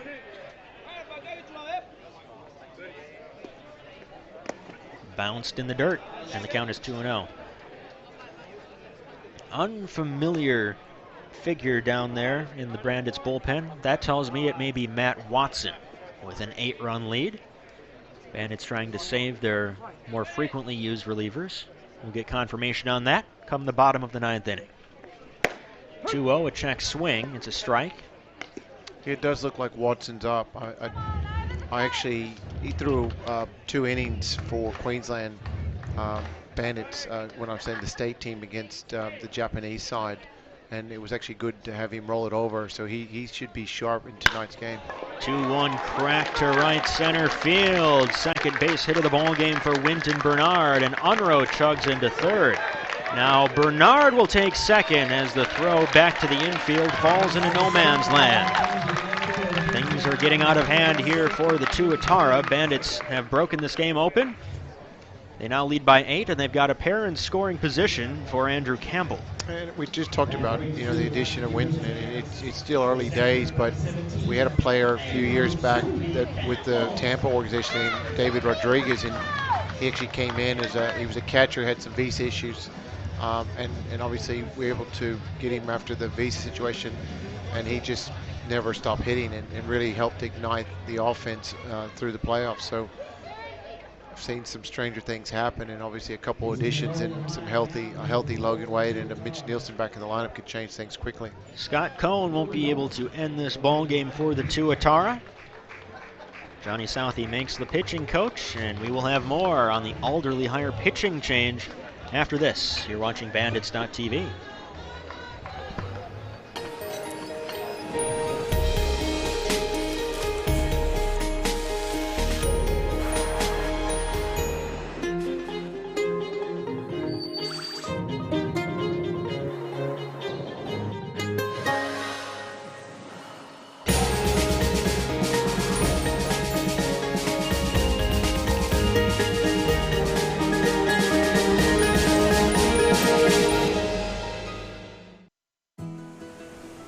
Careful, out there, champ.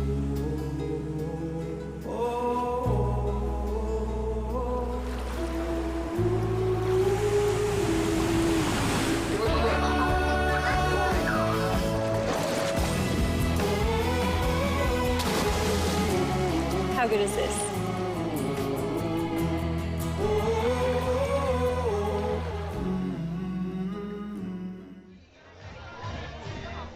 20-year-old righty Mitchell Hewson comes on for the Tauatara in an Alderley Hire pitching change. This will be appearance number 3 for Hewson in his first ABL season. He has allowed 2 runs on 2 hits in 2 innings, and he will face Andrew Campbell. Campbell is 2 for 4 with a pair of walks, a pair of singles, 2 runs scored, and a run batted in. First pitch, knee-high strike.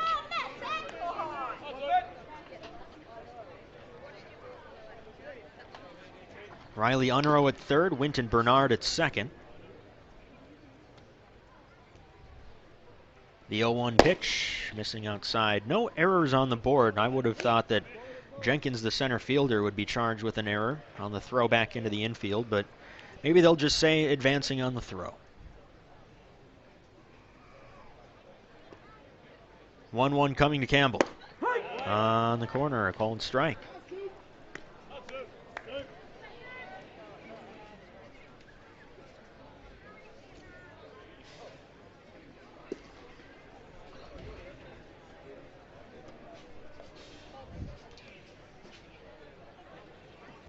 Campbell fouls at the plate to keep the at-bat alive. Bandits scored 3 in the first on Logan Wade's 3-run home run. 2 more in the third on another Wade home run. Auckland scored their lone run thus far in the bottom of the third. Leadoff double from Kuo Chun Wei and a ground out off the bat of Eric Jenkins. Campbell chased down, and he strikes out. Only the first career strikeout for Mitchell Hewson. It ends the top of the 9th inning. The Tauatara need to score 8 runs before they record 3 outs. Bandits will try and prevent them from doing that as they try and lock down their series opening win. It'll be Justin Erasmus coming on for the Bandits after this. You're watching Bandits.tv.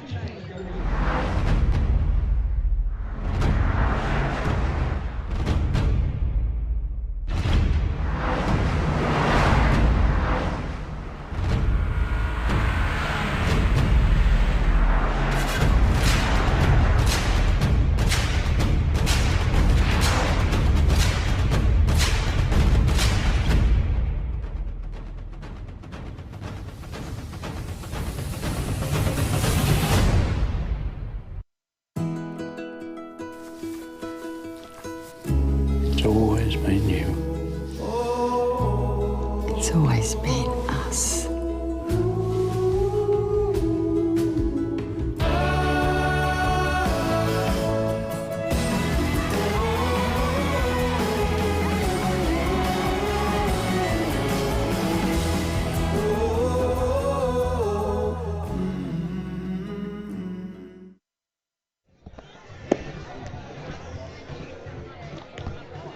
Three outs to get for the Curran Cove Brisbane Bandits, and Justin Erasmus enters in an Alderley higher pitching change.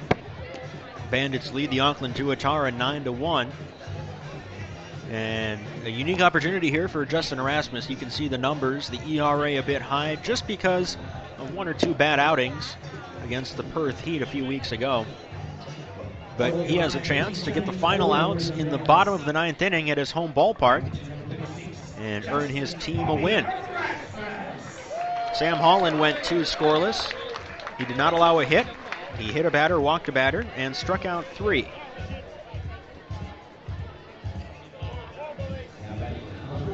Erasmus will face 6, 7, and 8 in the Tauatara lineup.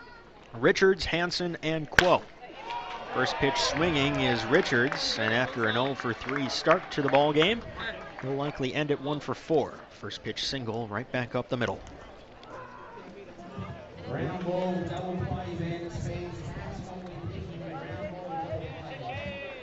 Ryan Battaglia is indeed at first base, so he stays in the ball game in David Sutherland's position after pinch hitting for him and homering to left field.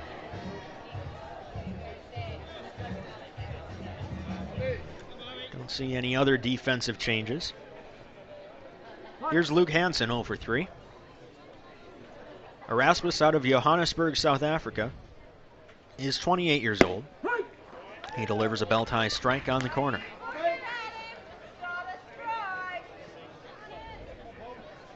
Erasmus allowed 6 runs in 3 innings on the 15th of December here against Perth.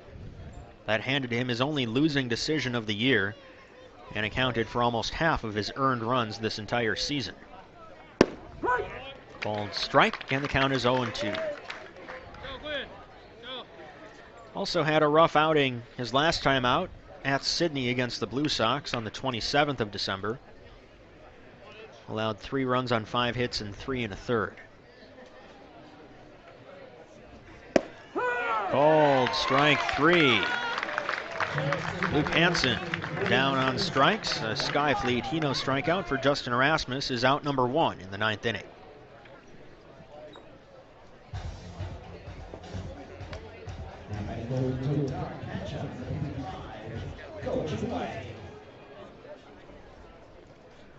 Ko Chun Wei is 1-for-3 with a double his first time up. That's his first ABL hit.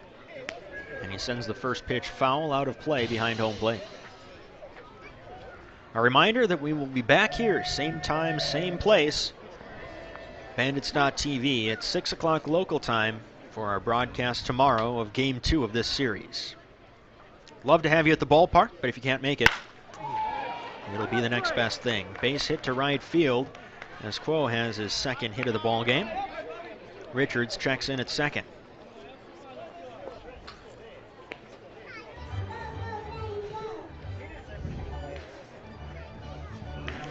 Now it's Zach Clark's turn.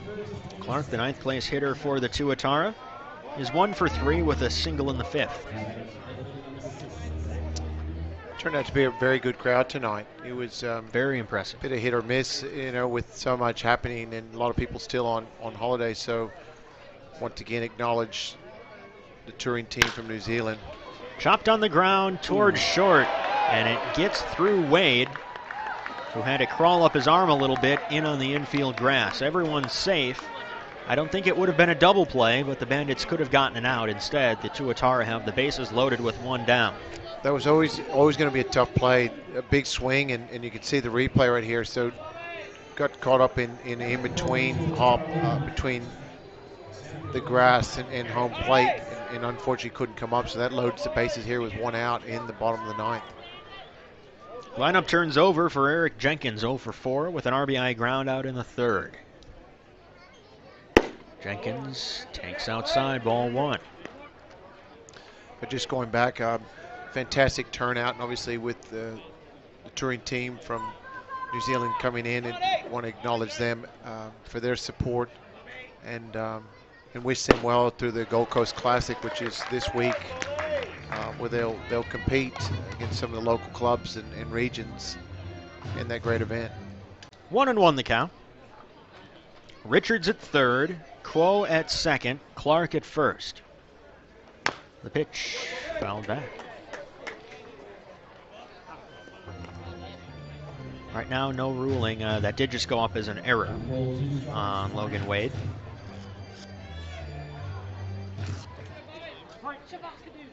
Two hits and an error so far in the inning.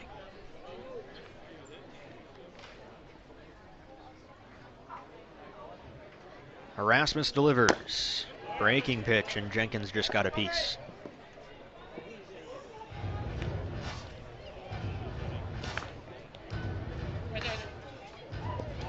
Four games remain in this series. Tomorrow and Friday, 6 o'clock local starts. Saturday, a doubleheader, 2:30 and 6. Another 1-2 coming to Jenkins. Breaking pitch, got him. Nasty, nasty pitch from Justin Erasmus.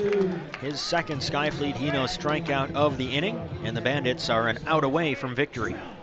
A really good pitch by Erasmus in a tough situation. It 1 out, bases loaded. Gets a very, very tough hitter in Jenkins, and able to get him to chase the ball down in the dirt. So still plenty of work here with 2 outs, and Tauatara do threaten. It's down to Taylor Snyder, 0 for 3. He was hit by a pitch in the left thigh his last time up.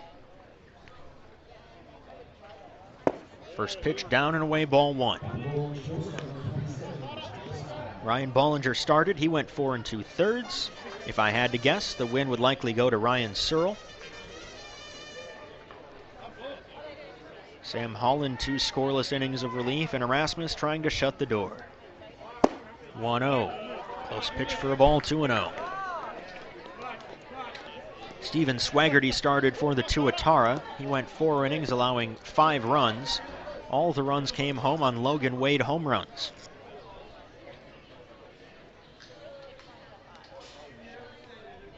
The 2-0. Snyder takes on the inside corner, knee high. Cold strike brings the count to 2-1.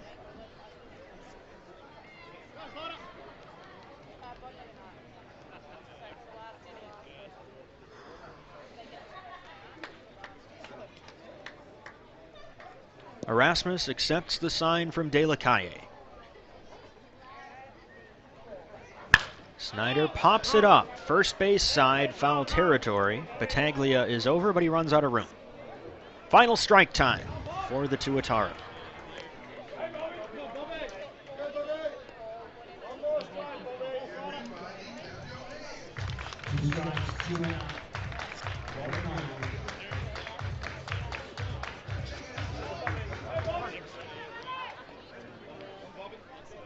The 2-2 pitch from Erasmus to Snyder. Fouled at the plate, and Snyder just barely got a piece. We could hear it from up here. Wasn't too tough a call. Saw the batter at bat, he fouled it off, and sometimes when they just catch it, you can smell a bit of burning wood. He was just giving the bat a little bit of a sniff test, and just where it smells like it's just heated up. Another 2-2 coming. Line to left, and it'll fall in front of Bernard.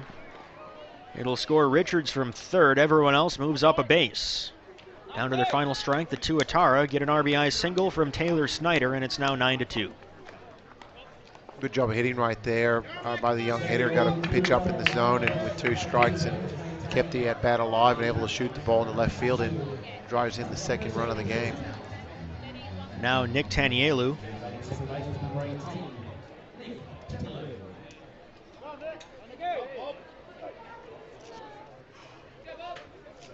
One for 4 is the Tauatara second baseman. First pitch, base hit left field. Scoring from third is Quo. And it'll score 2 as Clark comes home from second. It's now 9-4.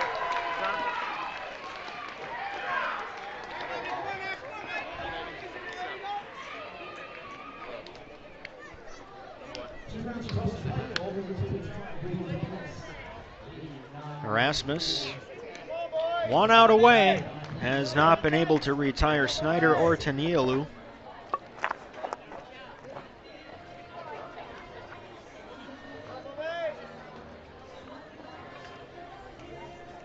And now it's Daniel Lamb Hunt stepping in.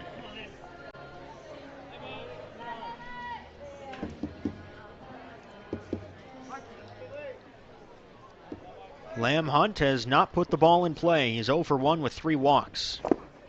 First pitch bounced in the dirt. Nice stop by De La Calle. 3 runs in here for Auckland in the 9th inning.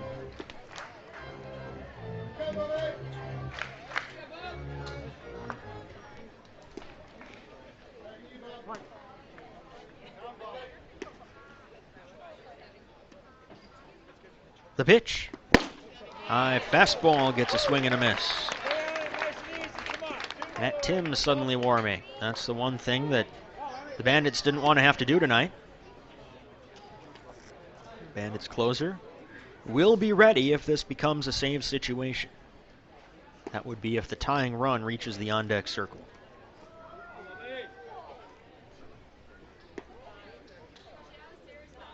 The 1-1 on the inside corner. 1-2. Once again, the Tauatara are down to their final strike.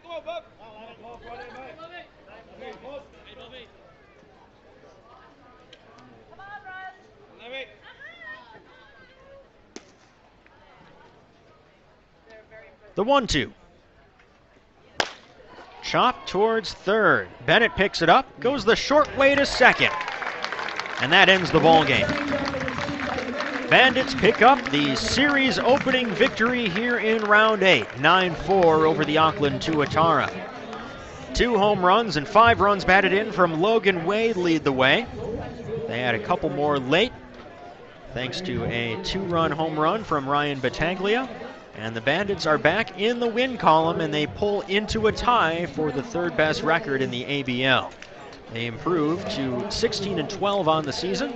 They're now 4 games back of first place Sydney in the Northeast Division. The Tauatara dropped to 9-19. Totals on the board reflect the Bandits scored 9 runs on 14 hits. They committed 1 error. The Tauatara scored 4 runs on 7 hits. They did not commit an error. The win will likely go to Ryan Searle. The loss will go to Steven Swaggerty, and there was no save. Paul Gonzalez, any final thoughts from this ball game? Look, I think it's really positive for the Bandits. Offensively, we got a chance to see a bit of spark, and that's great. I think Bollinger pitched an outstanding ball game tonight. You know, obviously he got his pitch count up and it wasn't able to go the 5 for the win, but bullpen did a really good job, and I think it was good work for them. This is like we mentioned, rain makeup game, but overall I think they played a brilliant game tonight, and it helped them keep some momentum going into the next 4 games of this 5-game series.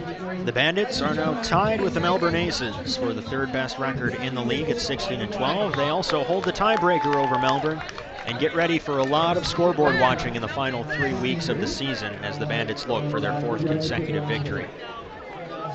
For the Hailstorm team on Bandits.tv and my broadcast partner Paul Gonzalez, this is Eric Bramer signing off. One more time, your final score, the Bandits 9, the Tauatara 4. Thanks for watching, and catch us tomorrow night. Great job, Chef. Thanks. Who wants a drink?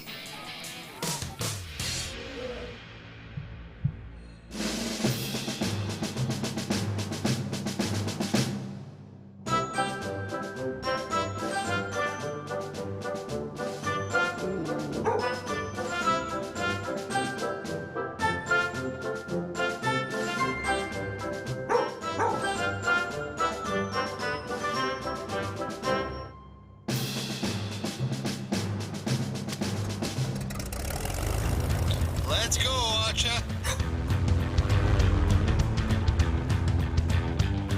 Beers away. Thank you, Archer. Looks like these guys are working up a tropical thirst, Archer. Thank you, Archer! Beers to the beach. Thank you, Archer! They look thirsty down there in the outback, Archer. We'll all be. Thank you, Archer! Yeah!